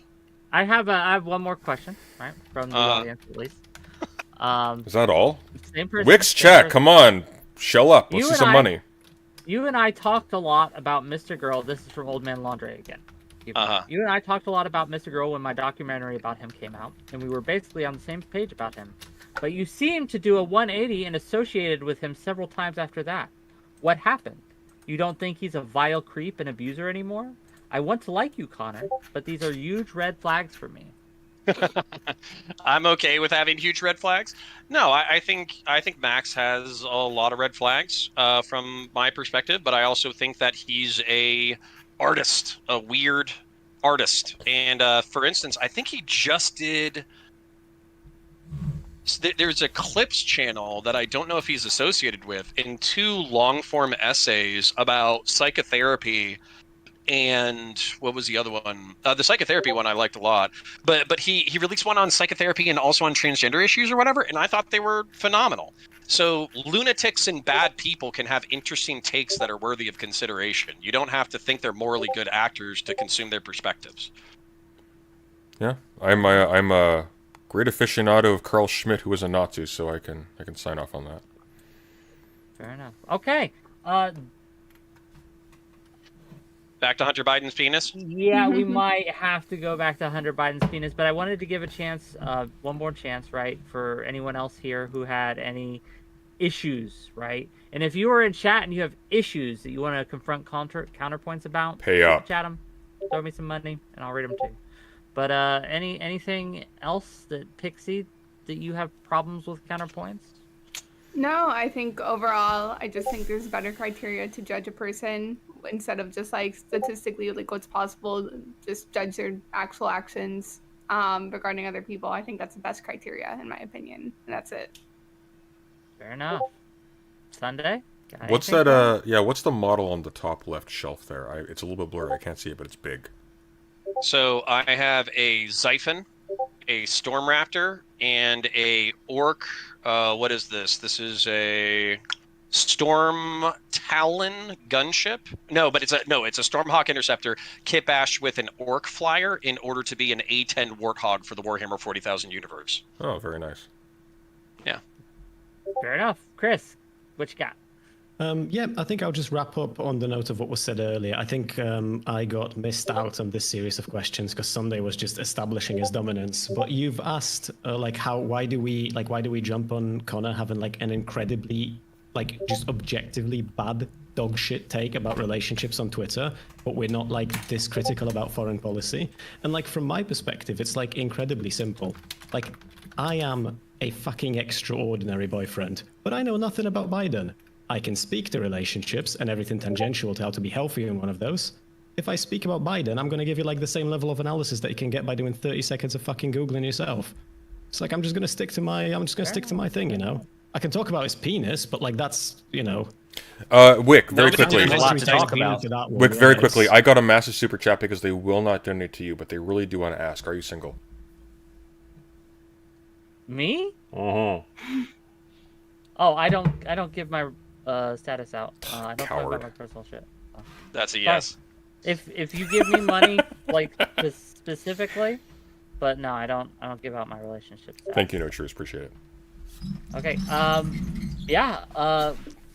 Josiah, I know you've been sitting here patiently, right? Very cordially, just twiddling your thumbs. So I know you had more issues. So go on. Well, no, like I said, so what's funny is Connor and I are going to be litigating this and other issues on Sunday I didn't realize it was going to be a 2v2 until I got the DM, but Pisco and I versus him and Rob. So I'm already I've got the Tylenol at in arm's reach, ready for that. But basically, I mean, I still don't know quite where you stand, Connor, in terms of if you think that that President Biden or the Biden administration were politically influencing, in an active way, the decisions, or if you're agnostic on the issue, or if you think that perhaps the officials involved just kind of proactively took a decision that was politicized, in terms of the charging decisions. I'm not sure where you are with that.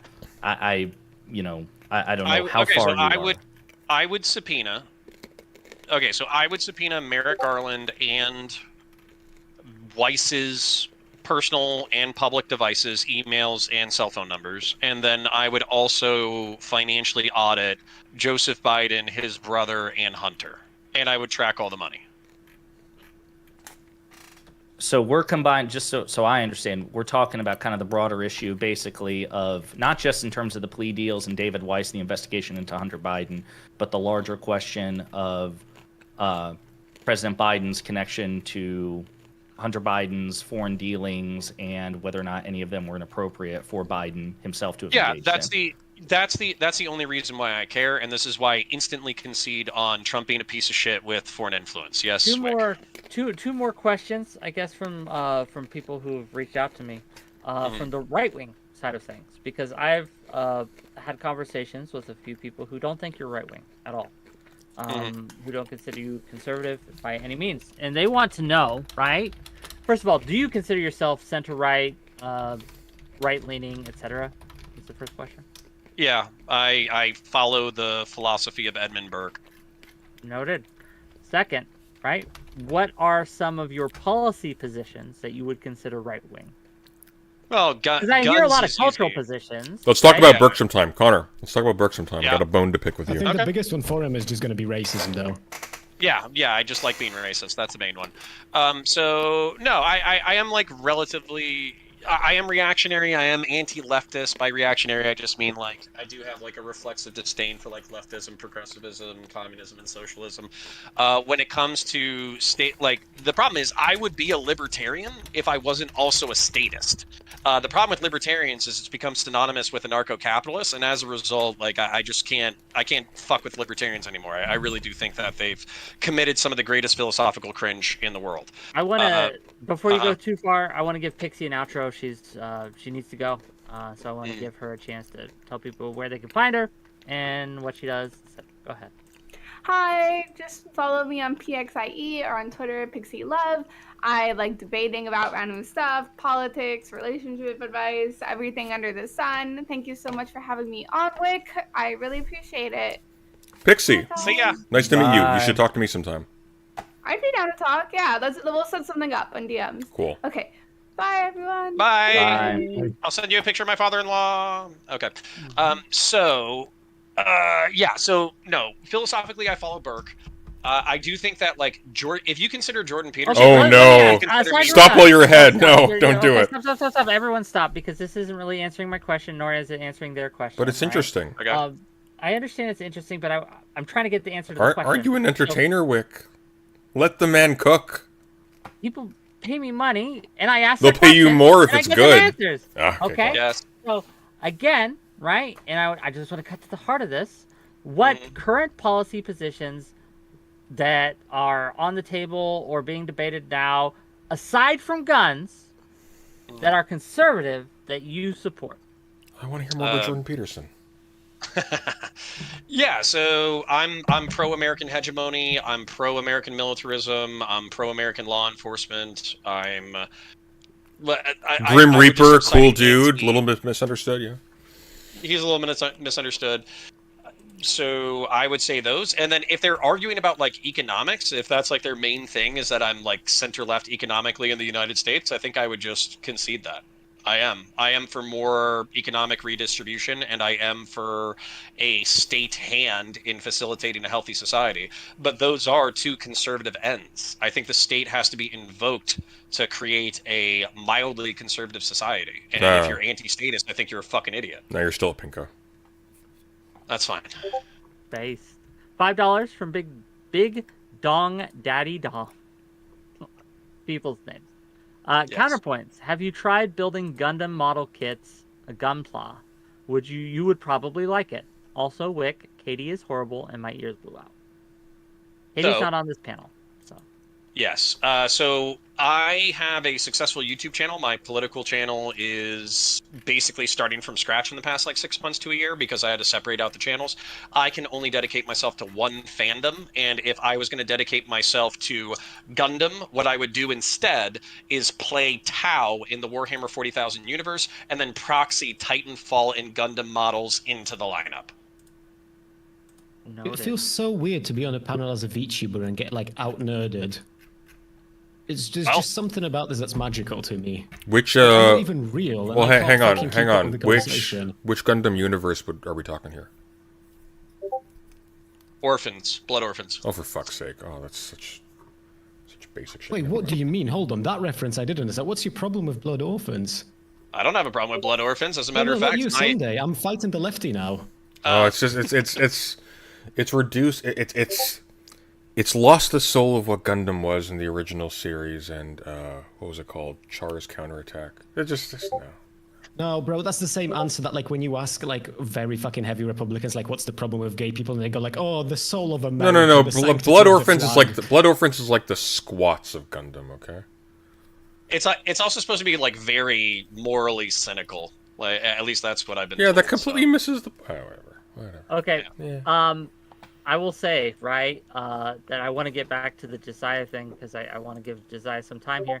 But overall, gang, you guys had huge, very acidic takes on Twitter. I brought you on to fight, and you were like pussycats. And you're like, meow, oh, we're going to walk everything back. Come on! No, can I say that, no, I appreciate this. Sunday and I do not see eye to eye on a healthy chunk of things. As a matter of fact, he's been fairly hostile to a healthy chunk of people that I like and respect. So I'm happy that our first outing together was relatively charitable. Okay, I do have friction. So. Okay, but Connor, I do have like a tempestuous relationship with my father, just to be clear going forward. I don't want to be under misapprehension. Okay, understood. Okay. I'll use it against you. Emotionally. Fair enough. Okay, okay, I like Josiah, I'm going to unleash the beast here. Sorry. Well, I'm not entirely sure how much of a beast there is between us because Connor and I usually stay pretty civil. I'll say this. I don't think there's evidence of a grand conspiracy here. I don't think you think that. So, like I said, I know, like, Rob probably believes that there's enough. But there's enough for me. So for instance, like if you just want me to walk you through it real quick, because I do think that these investigations are aligned. Okay, and let me just walk you through the Durham report real quick, because maybe you could take issue with some of the things that were mentioned there. So my understanding, based off of the report from Durham and the open hearings that I listened to, which was about 3 hours, is that there was a whole bunch of problems with the Warrens process as a result. Indulge me for the next minute. So what happened was Hillary Clinton, or excuse me, Brennan, the CIA director, he briefed Obama, Biden, and the head of the FBI a few years before 2016, basically saying, "Hey, we know Hillary Clinton's strategy. It's been leaked. She's going to try to tie Trump to Russia." They briefed it. They put it in a memorandum. Peter Strzok, the head of Crossfire Hurricane, received a memorandum stating it to that effect. What happened was an Australian diplomat allegedly heard George Papadopoulos, or whatever the fuck his name was, talking shit at a bar in Washington, D.C., saying, hey, the Russians are trying to give us like 30,000 emails from Hillary Clinton saying that, that's going to make her look bad during the election. We're going to use it. He was not a Trump staffer at the time, but he was aspiring to be a Trump staffer and was associated with the Trump people, so he was trying to get in good with them, so he was trying to do that. What happened was that was the impetus for the investigation. What Durham said was that they never spoke with the Australian. They barely spoke with George Papadopoulos or whatever. They got exculpatory information from him when they were investigating him, but they still decided to open up a full-throated investigation without any other evidence besides that and the Steele dossier. That was the beginning of the investigation. So as a result, they're jumping to an investigation of the Trump people, but they don't have sufficient evidence from a stereotypical thing, which to him is an indication of bias. Not only is that an indication of bias, but then while they're moving through the investigative steps, one of their targets is I forget this guy's fucking name. It will come back to me, but it's basically somebody who works for the Trump campaign, and he's known to have like a whole bunch of friendly relationships. The FBI tells, or excuse me, Manafort FBI, maybe. No, it wasn't Manafort, because Manafort actually got convicted. This was somebody who didn't get convicted. So they say, hey, you can't open up. Yeah, it might be Carter Page, Christian Blair's. So we're going to open up an investigation, but you have to make sure that there is not a CIA asset first, or else we can't, open up a FISA investigation against them, because that like contradicts between the institutions. The FBI faked the warrant. They literally photoshopped a letter from the CIA saying that he was an asset of the CIA. They photoshopped it so they could do the FISA investigation anyways. They launched the FISA investigation against Carter Page, I believe, and then they received exculpatory information where they basically realized that he wasn't a Russian asset. He was basically the opposite of one. He was like a good faith interlocutor doing his best. They omitted that exculpatory information, which they're required in order to continue the warrants process, from the warrants process, so they could keep the warrants open.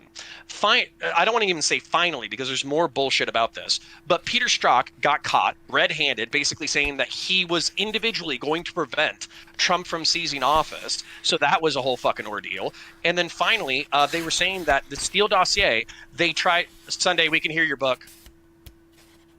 Yeah, it's the ASMR of adding to the marketability of Wick's panel. Okay, very rude. Anyways, so final shtick, and then I'll let you respond.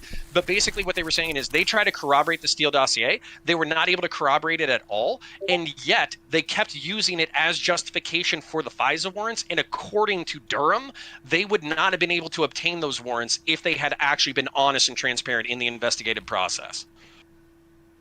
Yeah, so again, and I know I kind of said this in the DM with Connor, or with you and Pisco and Rob, but there's obviously a lot to cover here. I don't question the conclusions of the Durham report with respect to the multiple errors and issues with Crossfire Hurricane and its ensuing investigations. Although, again, just to be clear, you don't challenge the convictions, for example, that Robert Mueller successfully got during the course of that investigation, right? I don't challenge Flynn. I don't challenge Manafort. As a matter of fact, Manafort is potentially more damning than what they caught him with.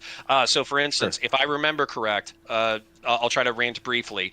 Flynn was basically advocating for people overseas that he didn't disclose, and as a result, he was working as a foreign agent without disclosing it. Right. He lied to officials about that, and then he was subsequently convicted.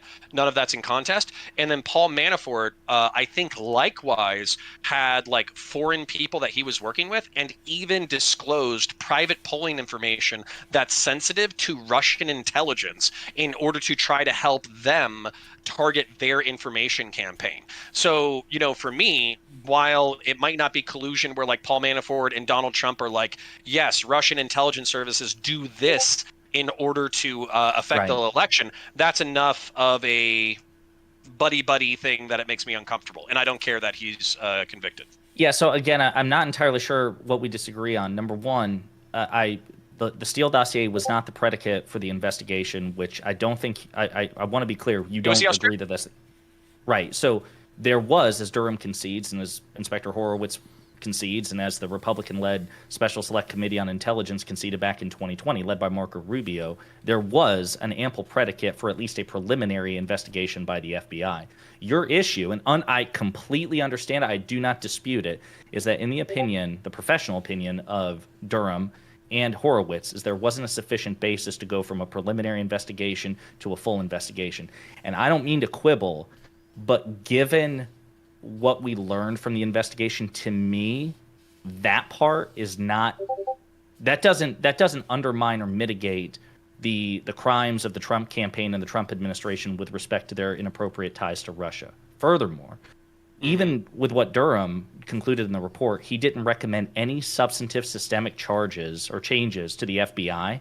The FISA process is under review as we speak. They're constantly trying to make changes to the FISA process because it's a bipartisan recognition that the FISA process was abused and that it has numerous errors with it. So I'm not entirely sure what we disagree on. I just don't think it's an earth-shattering scandal. As far as the Hunter Biden and President Biden stuff is concerned, my issue is this. So, number one, there is no evidence implicating President Biden, period. Republicans to this day, when pressed by other Fox News hosts, like be it Peter Doocy or whoever else, like, okay, what's your evidence, James Comer, implicating President Biden? They're like, well, we don't have it yet. So that's a big fucking concession. They are desperate to find something, number one. Number two, evidence suggesting like that implicates Biden or the insinuation that President Biden has been involved somehow in some sort of inappropriate relationship. That was rebutted by Burisma's own CEO, who told the FBI, we've never had any contact with then Vice President Biden. Then Vice President Biden didn't do anything to help us in terms of our business. And the only thing alleging that is an unverified report made by a confidential human source to the FBI, which is basically the equivalent of the Steele dossier. So if the Steele dossier would be insufficient to continue an investigation into Donald Trump, why is something comparable to the Steele dossier, unverified allegations, why should that be the basis to investigate the sitting president, Joe Biden?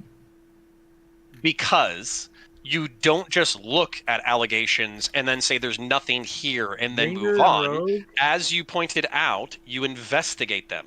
And it seems like, sorry, Wink, what were you saying? No, in my chat, they're calling Josiah a leftist Trumper. You were literally a leftist Trumper. That is what you're okay. So a hold leftist on. Trumper? Yeah. I don't know what that means. So hold on. So I need to address this. You're doing the there is no proof kind of thing. Okay. So so let's address this. The entire accusation of Durham and of the people who have called out these systemic issues is because we're not looking at them in a vacuum. And you say, so one of the things that you said that I don't think carries any weight is you're saying like, well, the general inspector already looked at it and said that if they went through the warrant process, or they should have gone through the warrant process properly, and since they did it, they're recommending the reforms for XYZ ABC, and therefore Durham didn't shake any new ground. Yeah, but the reason why that's true is because there was a warrants process that they either lied or lied through omission in order to continue the warrants process. And not only that, they were very hot to trot, which shows an institutional bias. Just because they were correct doesn't mean that there isn't an institutional bias. And then on top of that, what should be happening if we were actually, I feel like, honest interlocutors and not, political partisans, is you should say, okay, we were hot to trot on our side of the investigation. Let's be also aggressive as possible against the Biden family. And instead, what I get is, well, there's no evidence. You're not even looking for the fucking evidence. The IRS. What are you talking about? Republicans have been investigating for they've this is. There have been four... No, stop. Let me finish. Let me finish before you say what you say, because if you say what you say, I'm going to have fucking heartburn and maybe a migraine, and I might have a fucking cardiovascular event on this stream. All right. Okay? Good. So now you're really teeing me up. Yeah, so let's finish what I'm going to fucking say.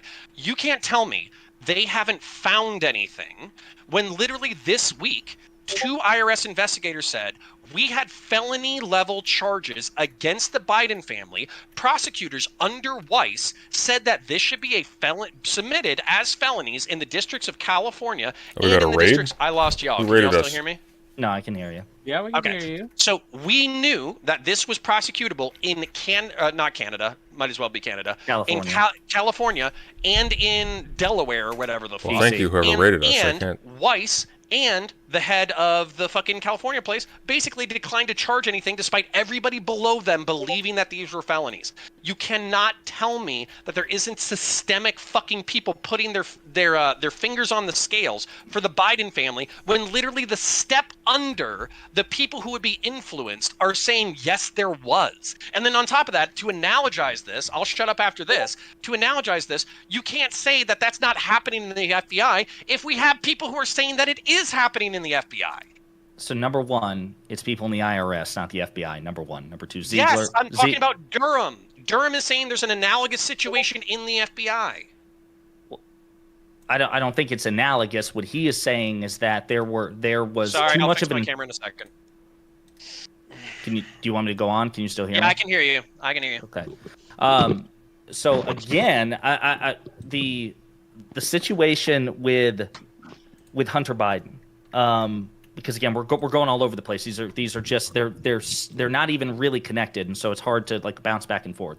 The Hunter Biden situation, again, the whistleblowers made their allegations, and if the Republicans in Congress want to subpoena David Weiss, the attorney in question, and ask him, so be it. I'm simply saying that's not a sufficient basis to do what the Republicans have been doing, which is to say that Joe Biden is guilty of crimes. Then when you ask them for evidence, they say, well, we haven't come up with anything. Now, if you want to say the investigation's in progress, so be it. But this is the 4th investigation into Hunter Biden, number one. Number two, I think it's even the allegations which have been made by the whistleblowers. They have made no allegations that Merrick Garland or David Weiss or President Biden were acting in a political way. Like they very specific. No, they have not. Yes, they have. I watched their testimony yesterday.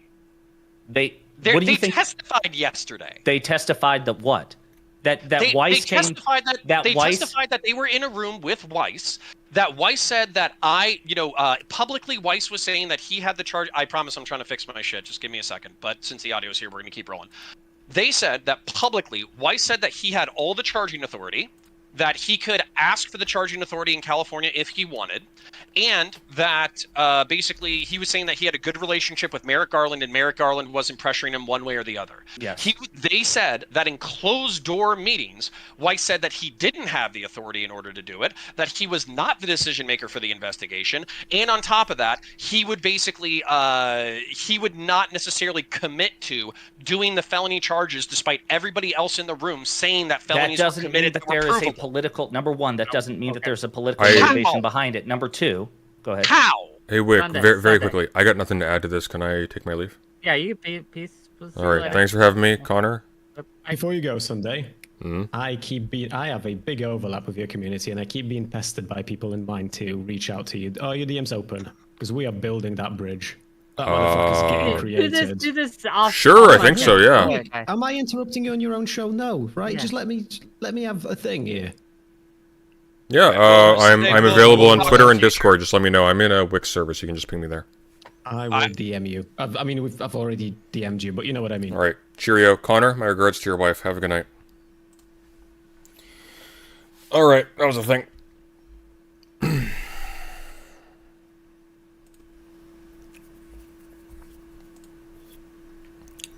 Are we still playing chess? Damn. What is this? Focus.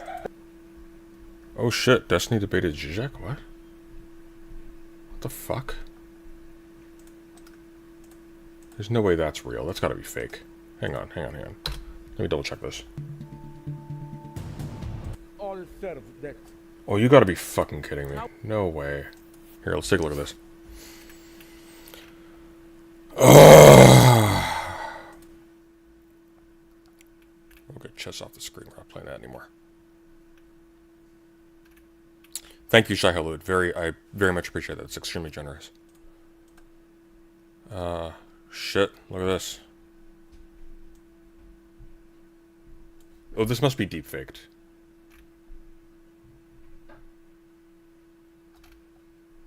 Oh, it's 14 minutes long. Yeah, this is definitely deep-faked. This isn't real.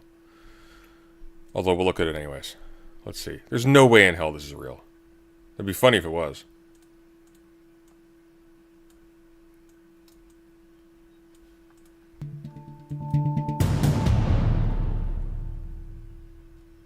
IAI? What I wanted to emphasize is that this difference between the two deaths, this opens up the space for a game.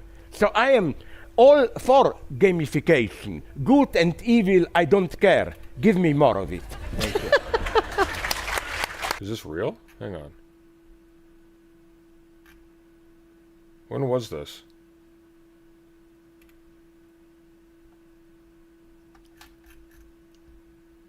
Full debate. Oh, it looks like it's real. That's freaking weird.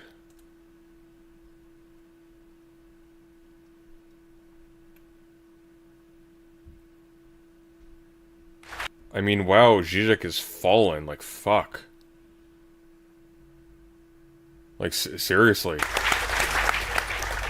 Like, this isn't moving up for Steven. Steven has nothing to offer here. This is a descent for Slavoj. Thank you so much, and welcome everyone to today's debate. Thank you for being here on this very sunny day. Games are everywhere, and not just on the Jesus football Christ. field. Workplaces, dating lives, education, and even friendships are being packaged as games. Tinder makes love a swiping game of Snap. Thank you, Win. I appreciate that. AI claims to have solved long-standing scientific problems by converting them into games. But critics argue games distort life. Okay, I'm gonna take a quick washroom break and then we'll go through this. Jesus Christ. That's depressing.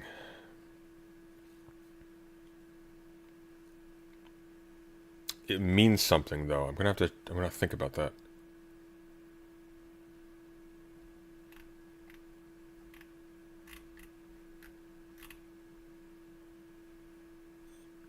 It's like the entire world's been bought off.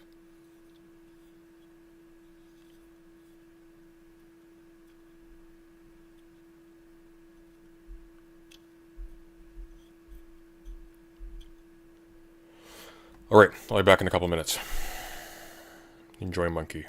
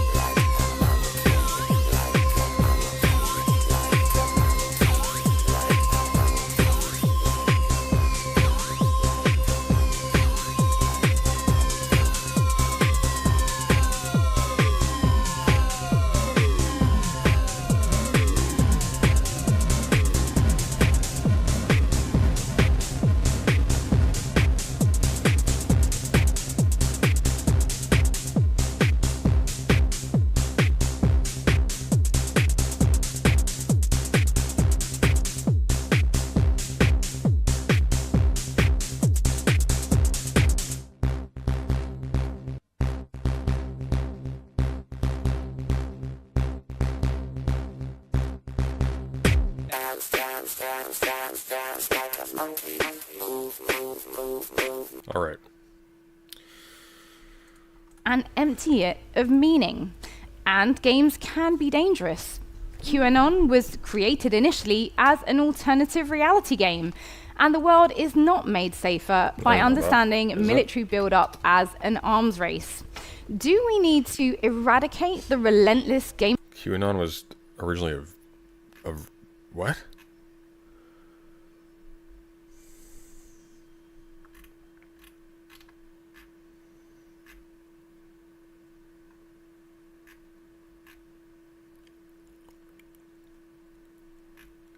I don't think that's true. QAnon origin... Let me hear that again. The world is not made safer by understanding military build-up as an arms race.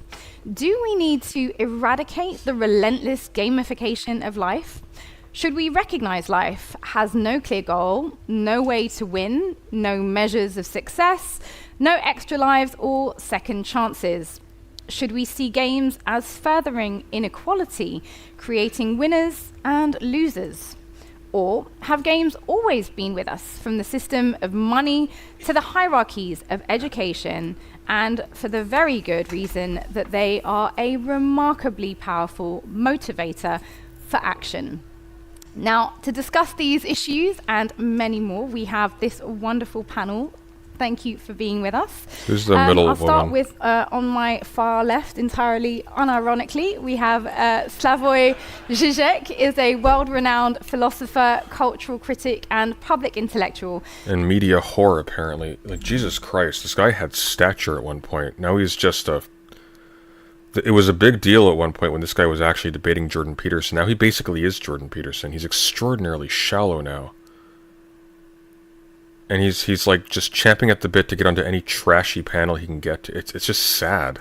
He's the director of the Birkbeck Institute for the Humanities at the University of London, visiting professor at New York University, and a senior researcher at the University of Ljubljana, I hope I pronounced that correctly, Department of Philosophy. Thank you. Okay, lost my face. To my right, we have Stephen Bennell, who is an American internet personality and political commentator.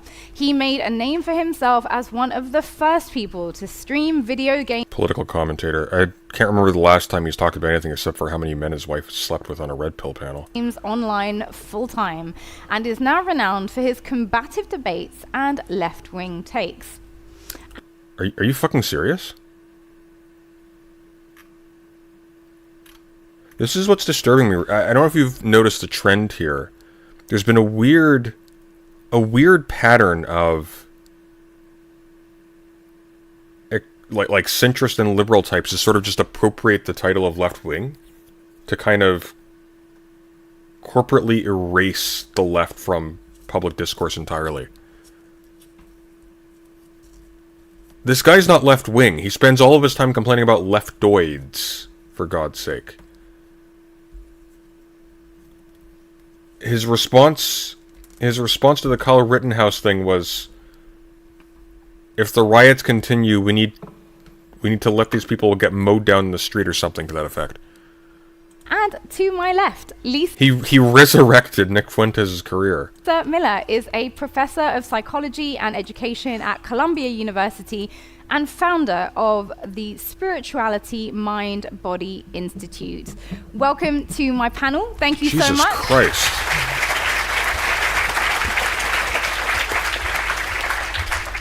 Now, the way this is going to work is that each of you will have 3 minutes to lay out your position on the opening pitch question, which is, do we need to eradicate the relentless gamification of life? Lisa, over to you. What? Thank you.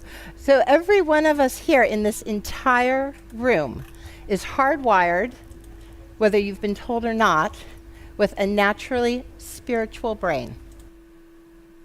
What the fuck are you smoking? You've been hardwired with a naturally... What does that even mean? Whether you are Hindu, Jewish, Muslim, Sikh, Professor Lisa Miller. Who the fuck is this?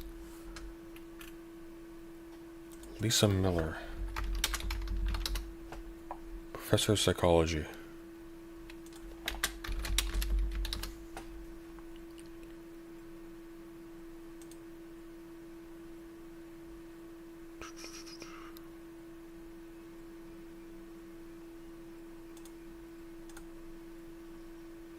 Oh, it's that person.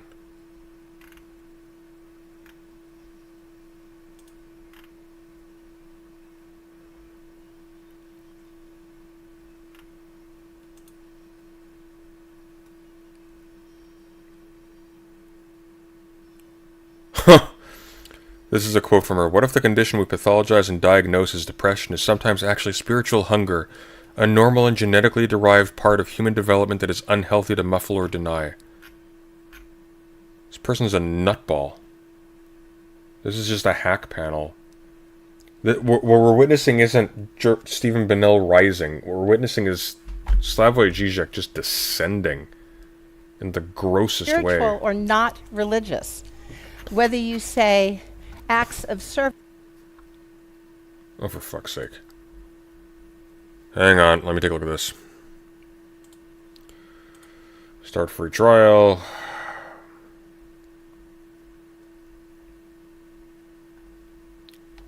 Everyone stay calm. I got this.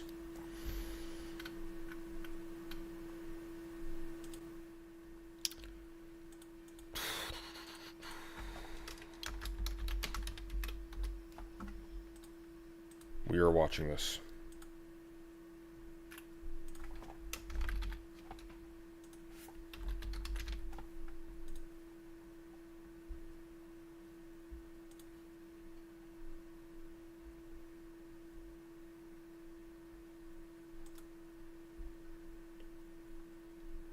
Okay.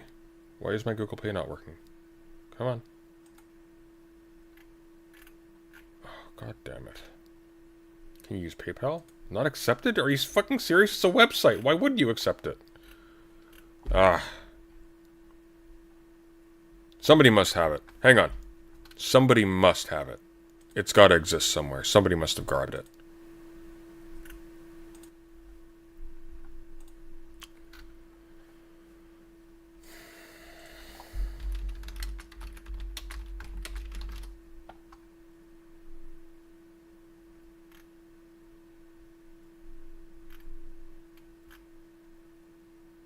Somebody must have uploaded it. It's no way. There's no way.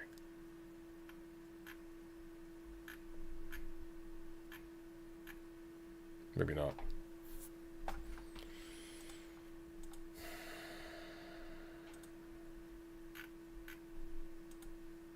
Okay, well, I'll get a hold of it later. Let's look at the, okay, we'll look at the segment he's uploaded. We'll see. I have an expectation that Destiny's going to do better than Zizek here. Which pains me, mostly because I had respect for Zizek, but I'm not anticipating a Zizek ownage in this. Okay, let's see how this goes. What I wanted to emphasize is that this difference between the two deaths, this opens up the space for a game. So I am all for gamification. Good and evil, I don't care. Give me more of it. This is what I hate about Zizek these days. Like, these are cute, these little, like, things that he does. Good and evil, I don't care. Give me more of it. Give me more garbage and trash. Let me eat the slop from the bottom of the can. Like, that's cute when you're doing serious work and you're not completely selling out for the lowest common denominator sludge. But that's what he's been doing. He's bought his own bullshit. So what you're seeing now, perversely, is the caricature of Zizek that is the meme, and the man is just gone. Like, he has no relevance anymore. It's really disturbing. Because he doesn't represent anything. Zizek has as much substance on this panel as Destiny does. Which is not an elevation of Destiny, it's a diminution of this.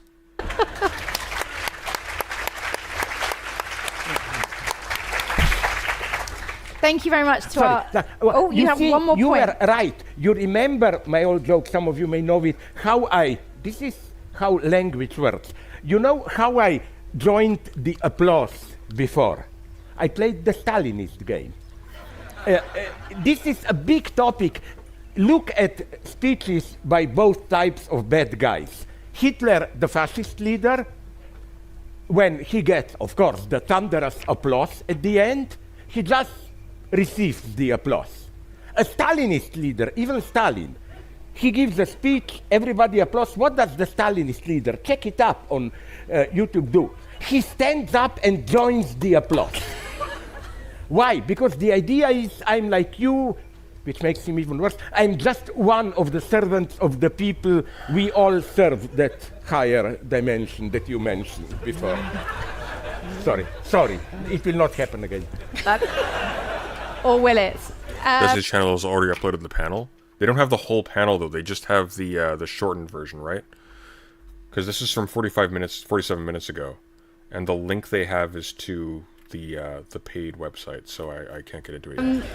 What is a game, and is life one? Is life a game? Yeah, well, I mean, it seems like we all agree that life is a game, so there's not going to be any screaming back and forth, I guess. But what do we mean by game? Yes. What do we mean by game? Yeah. So I guess in the simplest of sense, I would say that a game is something that has a particular set of rules and then has a particular goal.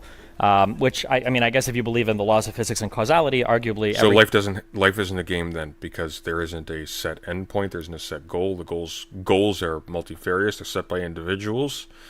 They are not fixed. You can change your goals and so on and so forth. You can abide by different rules. You can rate your performance according to different standards, etc., etc. So Specie Aeternitatis, from the position of the universe, there is no particular set of rules that is privileged over others. This is a nonsense statement. Life is not a game. We use games as an analogy, for example, in Wittgenstein and so on and so forth, to describe how language works and things like that. But life is not a game at all. To say that life is a game is to lose the concept of what a game is. Everything in existence follows this pathway.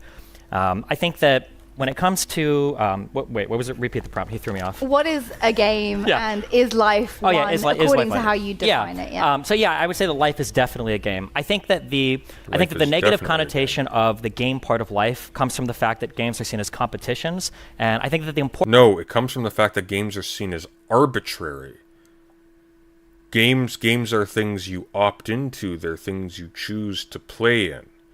Life isn't like that. Life forces you down. There's a rawness and a intensity to life that games lack. This is why we say it's only a game and things like that. Important part of realizing that life is a game is that everybody is playing a multitude of games at any different time. Some of these games all of us can win, and some games are going to be competitions between other people where we can't all win. So life is a game, but there are competitions that we should strive to do well in. Like you could argue that a game that you can win is being a father, having some children. Or you could, move out of state and fuck teenagers in Miami, but whatever. Having a good life with your family. That this is a type of game that every individual, every father and then every mother can play and win without necessarily having to be in competition with other people. There can also be other types of games where quite literally we're competing in, say, like an athletic event where there can only be some winners. But I think even within those games you might lose to other people. You can have personal accomplishment or success where you outperform. You do, say for track and field, you run faster than you ran before, or you jumped higher than you jumped before. At the end of the day, I feel like ultimately, this might be a boring answer, but I feel like it's kind of a semantic question. When I talk about things, I try to remove a lot of the normative baggage. People will hear the word game and they instantly assume, oh, it's like goofy or silly or stupid. But I mean, if you look in the animal kingdom, for instance, like cats do a lot of like cute little behaviors where they scrouch around, they jump around corners, and they play with their, they can either play with their human friends or their, mom and dad, and or their mom, that particular game is just a game that they're playing, but it prepares them for actual hunting in the future, right? So the game itself there is a preparation for something later on in life that satisfies the literal most important fundamental need to the creature, which is finding food. So yeah, I mean, in a way, everything is a game, but I probably wouldn't say it in a normal conversation because people get really mad when they hear that word. Yeah. I agree with you. It's a semantic question, but I think, maybe I'm wrong, it is maybe at certain level more productive not to universalize game, but to set some minimal conditions, which I must admit. This is like putting Keemstar across the table from Zizek. That's how embarrassing this is. This guy is fucking fallen. This is so depressing. I don't give a shit about Steven being on a stage. If Steven had 2 million subscribers and was appearing next to Joe Biden, I wouldn't give a shit. Across the stage from Zizek, that's gross. For Zizek. That's gross. This is like the trope of the pretentious old fop in that you see in fiction frequently. Like if anyone's seen Invasion of the Body Snatchers, there's the famed therapist, psychologist person played by Leonard Nimoy, who's just the 70s version, who's like pumped up as like this super insightful intellectual by other characters, and then you meet him and he's just this pretentious jackass who doesn't know anything. Here's the thing to keep in mind, guys. So it's very easy to become depressed and lose hope. The game is young in a lot of ways. It's old in a lot of ways too. A lot of things have been irrevocably changed. The climate issue, for example, is one that we're not going to get ahead on. I'm not hopeful about that. I think humanity is going to be changed by climate change before humankind does anything to address the issue by itself. Thanks in part to some of the people on this stage who are doing their small part to make us as passive as possible for their own benefit. But in 20 years from now, these are not going to be people we're going to be concerned with. They're just not. The landscape is going to be completely changed, and the question really will be, because even for my channel, like, we're young. Steven's been at this for over 10 years. Zizek's been at this for over 50, I think. He's what? He's close to his 80s now, I think. Let's see. 74. So I'd say about 50 years.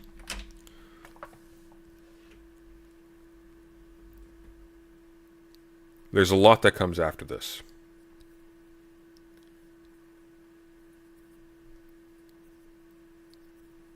But I don't know. It's deeply depressing to see Zizek in this position. This is the guy who wrote The Sublime Object of Ideology. The culmination of his career is to write transphobic hack pieces for internet blogs and to cavort with game streamers. It's sad. Limit the notion of game to human symbolic universe. Game is something for me out of which you can step in some sense, break the rules, and for me, in this sense, games are on the one hand cliches. And I love cliches. My favorite quote from the big Hollywood, he was very progressive, Sam Goldwyn, producer. You know, when he got from his assistant tell him that in the press they said there are too many old cliches in your movies. You know how he answered? He sent a memo to his screenwriters, scenario writers, saying we urgently need more new cliches. The right answer. It's all a fucking joke. He has nothing to say. That's what's frustrating about Zizek. He has nothing to fucking say about anything. It's just a joke. He got known for making these like little pithy, mildly offensive, like anecdotes, and now that's all he does to sort of repeat it, like he's simulating himself. So I think that all true spiritual, even I would say, progress comes through this. You do something wrong, and here to insult you in a very friendly way, a French friend of mine claimed to me, you see, this is cooking, kitchen as game. That why is French cuisine one of the great ones? Because it's based on failure. You were your ancestors. You were doing cheese. The cheese got rotten. You were lazy, but they say, my God, a new kind of cheese, Roquefort or what? Tastes great. Yes, yeah. And you were doing wine. The wine, whatever happened to him, became then, oh my God, let's call this champagne, you know, and so on. I think this is the most productive way. The true creativity is not, oh, I invented up something new, but precisely this, to quickly change. Already late Wittgenstein was obsessed with this problem, to quickly change the rules so that an apparent mistake allows you to open up a new higher level of gaming. So I'd like to share with you a 60-second walk into another view of how life's built. 60 seconds? Please. Thank you. I'm going to invite you to clear out your inner space with 3 breaths. Have the option to close your eyes and walk you, if you wish, an invitation, through a 60-second thought visualization. You gonna read our palms while you're at it? Okay. I invite you to close your eyes. I invite you to take 3 breaths. 1, 2, 3. I invite you to think of a time where you wanted something so badly in the game of life that you researched it. You strategized. You had your tactics. A plus B plus C. That red door was yours. That job, that university, him, her, them, to say yes, to live there. That red door was yours. A, B, C, you'd done it right. You go for the handle, and it's stuck. And it seems untenable in this game of life, 99% certainty, because you had done A plus B plus C. You might kick the door, you might be shocked, you might even be depressed.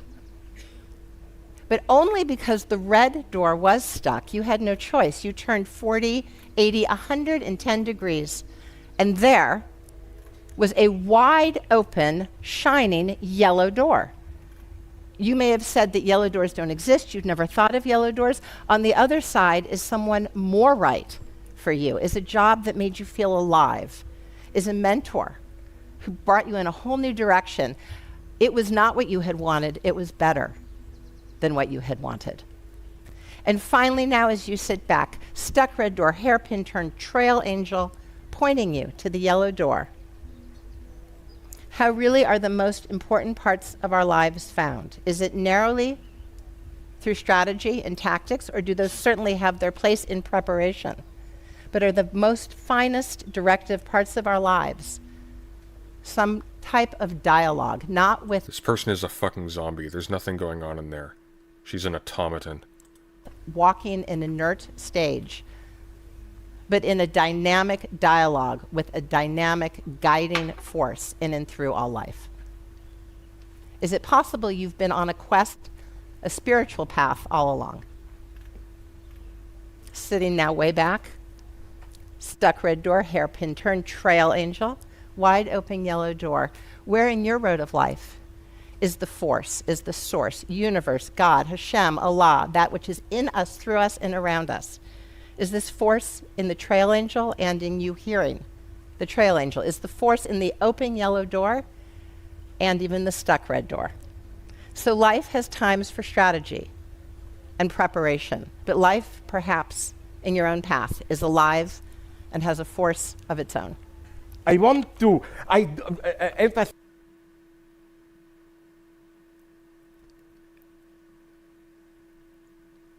The only thing that would make me respect Zizek in this panel is if you responded to that with, "What the fuck is this?"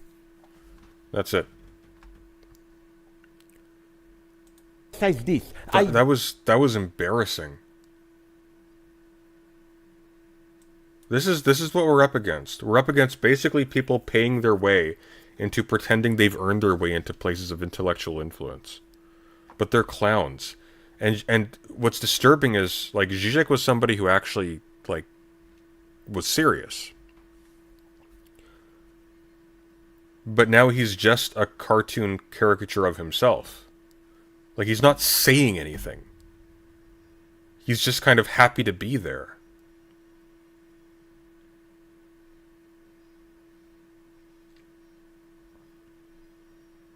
It's gross. Don't believe in going deep into your inner self. Sorry to be brutal. If you go deep into it, you find deep shit there, I claim. Monstrous fantasies and so on.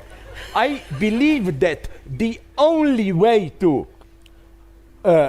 overcome yourself is to identify with your mask. I hate people who open themselves up, and I don't want to hear them. I mean, all the dirty deeds. We need hypocrisy. Sorry. He didn't say anything.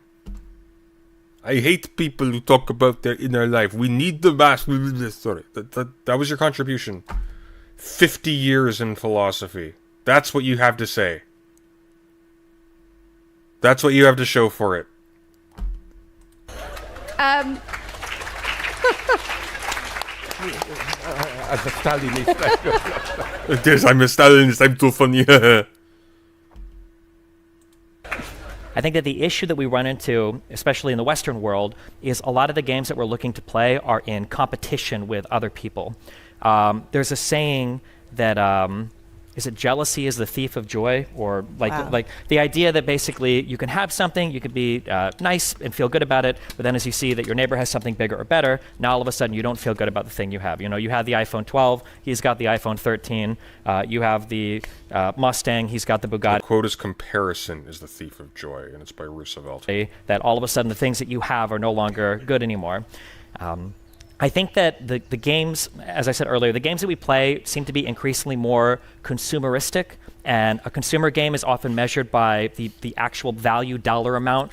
I feel like Zizek is on the same path that Neil deGrasse Tyson was on, where he was an interesting guy, then he gets a bit of fame and cultivates a cult of personality, and then imitates himself. Yeah, maybe. Wittgenstein would hit him with a fire poker. I think he's making the point that there isn't an inner true self-divorce from the suit we wear, but that's just me. Well, I think that's what he's doing, but he's not making it in a way that's intelligible or adding anything to the conversation. He's just using it as a joke. Thank you, Justin JBG, for the $10. I appreciate it. I don't have the mental fortitude for this today. Here, I have $10 and suffer in my place. I don't have the mental fortitude for this today. I'm actually kind of surprised I made it to the panel. I was so tired. I got no sleep last night because of the pollen. It's a hell of a thing doing this when the air is poison. Of the things that you're acquiring. Thank you, though. And in that sense, it's very easy to compare from A to B. Is my house worth more than his house? Is my car worth more than his house? Am I in the top 10%, 5%, or 1% of earners? I think that if you're stuck on playing these games where you're in relentless... Okay, here's the issue. I don't give a shit that Destiny is talking to Steven. What I give a shit about is that someone like Zizek is one of the last examples of an actually respected public intellectual in the world. And he's taken that entire category with him down into the dumpster. Zizek's an old man. He's probably going to die in the next 5 years. Like, who knows how long he's for this world. I don't care about Zizek in particular. The problem, though, is, as a consequence of this, as a consequence of reducing our philosophers and our scientists to mere celebrities, we're making it so that serious people can't even speak anymore. Like, watch a talk show involving, like, intellectuals and scientists and philosophers from, like, the 70s or something. Even in ones involving, like, popular figures, like actors and whatnot, there's a level of sophistication and carefulness and dignity and responsibility that's just absent now. Like, it's just gone. And the issue is not the loss of the decorum, it's the loss of the seriousness and the care that came with it.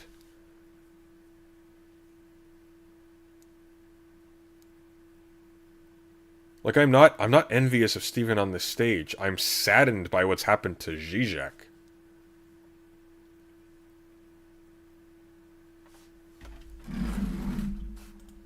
Competition with other people, then necessarily you're going to have winners and losers, and necessarily there's going to be a big chunk of losers that are going to feel like losers, and it's going to inhibit even their ability to navigate life and play the individual games that I think they should be more focused on. I agree with some of my friends, not fully, but like Varoufakis, Jody Dean and so on, who claim that what is happening today is that liberal competitive capitalism is already approaching the end.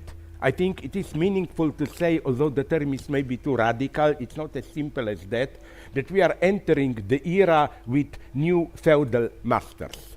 These ultra-rich corporations are owned by individuals. How did Bill Gates become so rich? You just got a Claritin ad? That's funny. He monopolized our commons. If we want to communicate, we have to go through his products. So it's not profit in the sense of exploiting his workers. It's rent. We are paying him a rent. We are paying Jeff Bezos a rent, and so on and so on. How do you see that future as we spend more and more time? How do you personally even navigate it in a way that you don't just become a puppet to these very powerful companies who've got very extensive tools to ensure that the more time you spend online, the more you're aligning with what they want you to be doing? Yeah, so I'm curious, for this analogy, how many of you guys here like play any type of game on the computer, PlayStation, Xbox? Okay, decent enough. Okay. I'm 34 years old. When I grew up, games were kind of messy. Sometimes there were glitches. It was difficult to figure out what you had to do. Everybody was kind of like exploring and breaking new ground. You know, we didn't even agree on like PlayStation, for instance, the circle button or the X button should be go to the next menu. There was a lot of disagreement on what a game should look like, what the rules should be, how they should be structured. As we've moved through time for games, people have kind of figured out these formulas, and we've iterated relentlessly on these formulas to create these hyper-capitalized, hyper-globalized, like hyper non-unique experiences where every single game is like, when you're playing FPSs these days, it's like you have a check mark on a map, you have a marker on your screen, and you kind of like, you run there, you shoot guys, you pick up the item, then you go to the next check mark. And there's almost no cognitive interaction at all with the game you're actually playing. It's just run to the next check mark over and over again. Ubisoft is infamous for this, EA does this, every major manufacturer does this for games. And I think one of the big problems is we look at manufacturers or we look at big capital interest, and I think the issue is actually us as people don't usually choose pain or suffering. Usually what we choose is the thing that makes us feel immediate gratification. And I think that today there's so much money behind creating actual games or social media or literally anything else we interact with in life that they've hooked into that process in the human mind, and they found a way to make a lot of money by hijacking our processes where we say, gimme, gimme, gimme exactly what I want. I feel like in life in general, I think we've tried to remove or eliminate almost all the friction that we have because we want to get rid of things that don't make us feel good immediately, but then we end up depriving ourselves of kind of like the long-term fulfilling things that truly like gratify us or give us gratification in ways that short-term things never could. Yeah, it's going to be really interesting to see what your relationship is like with your son in 10 years when he realizes what you've been doing during all that time when you should have been raising him. Anyways, I'm done. This is just grim. What an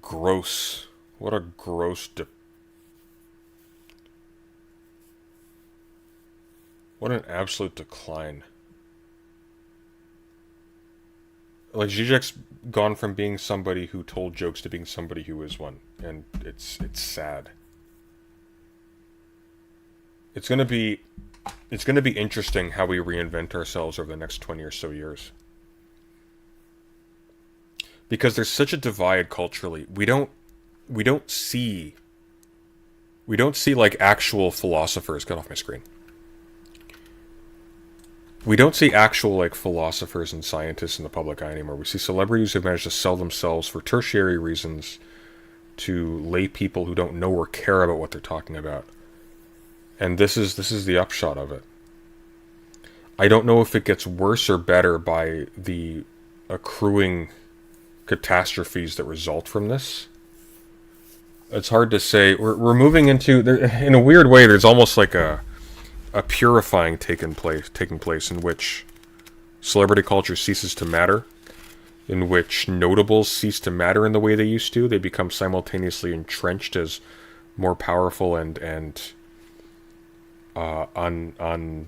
unmovable than they ever were, but also less relevant. Because Zizek's not affecting the culture anymore. Zizek is just playing a role. It's just depressing.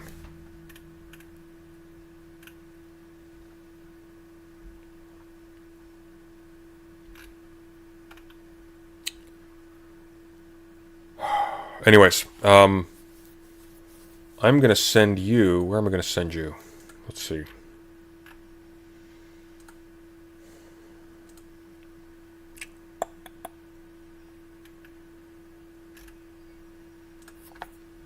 Who's live right now? Hang on. Let me see who can I send you to.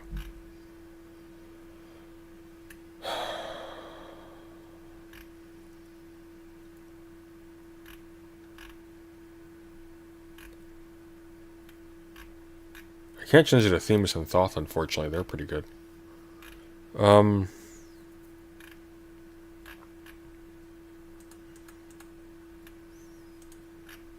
It's actually hard to find people to send you to. It's really odd. Oh, Perspective Philosophy's live. You know, why not? Why not?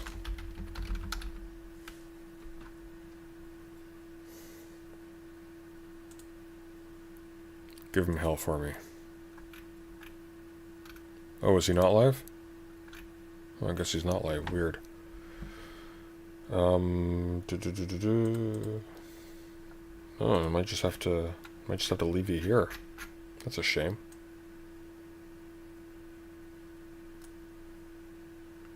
I'll tell you what. I'll send you to the chess one.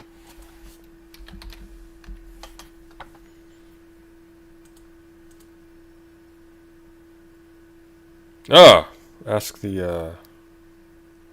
Oh, that's it. That's tomorrow. Never mind.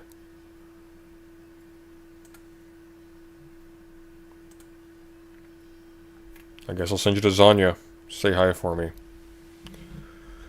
She's crazy, but we get along sometimes. Have fun, folks.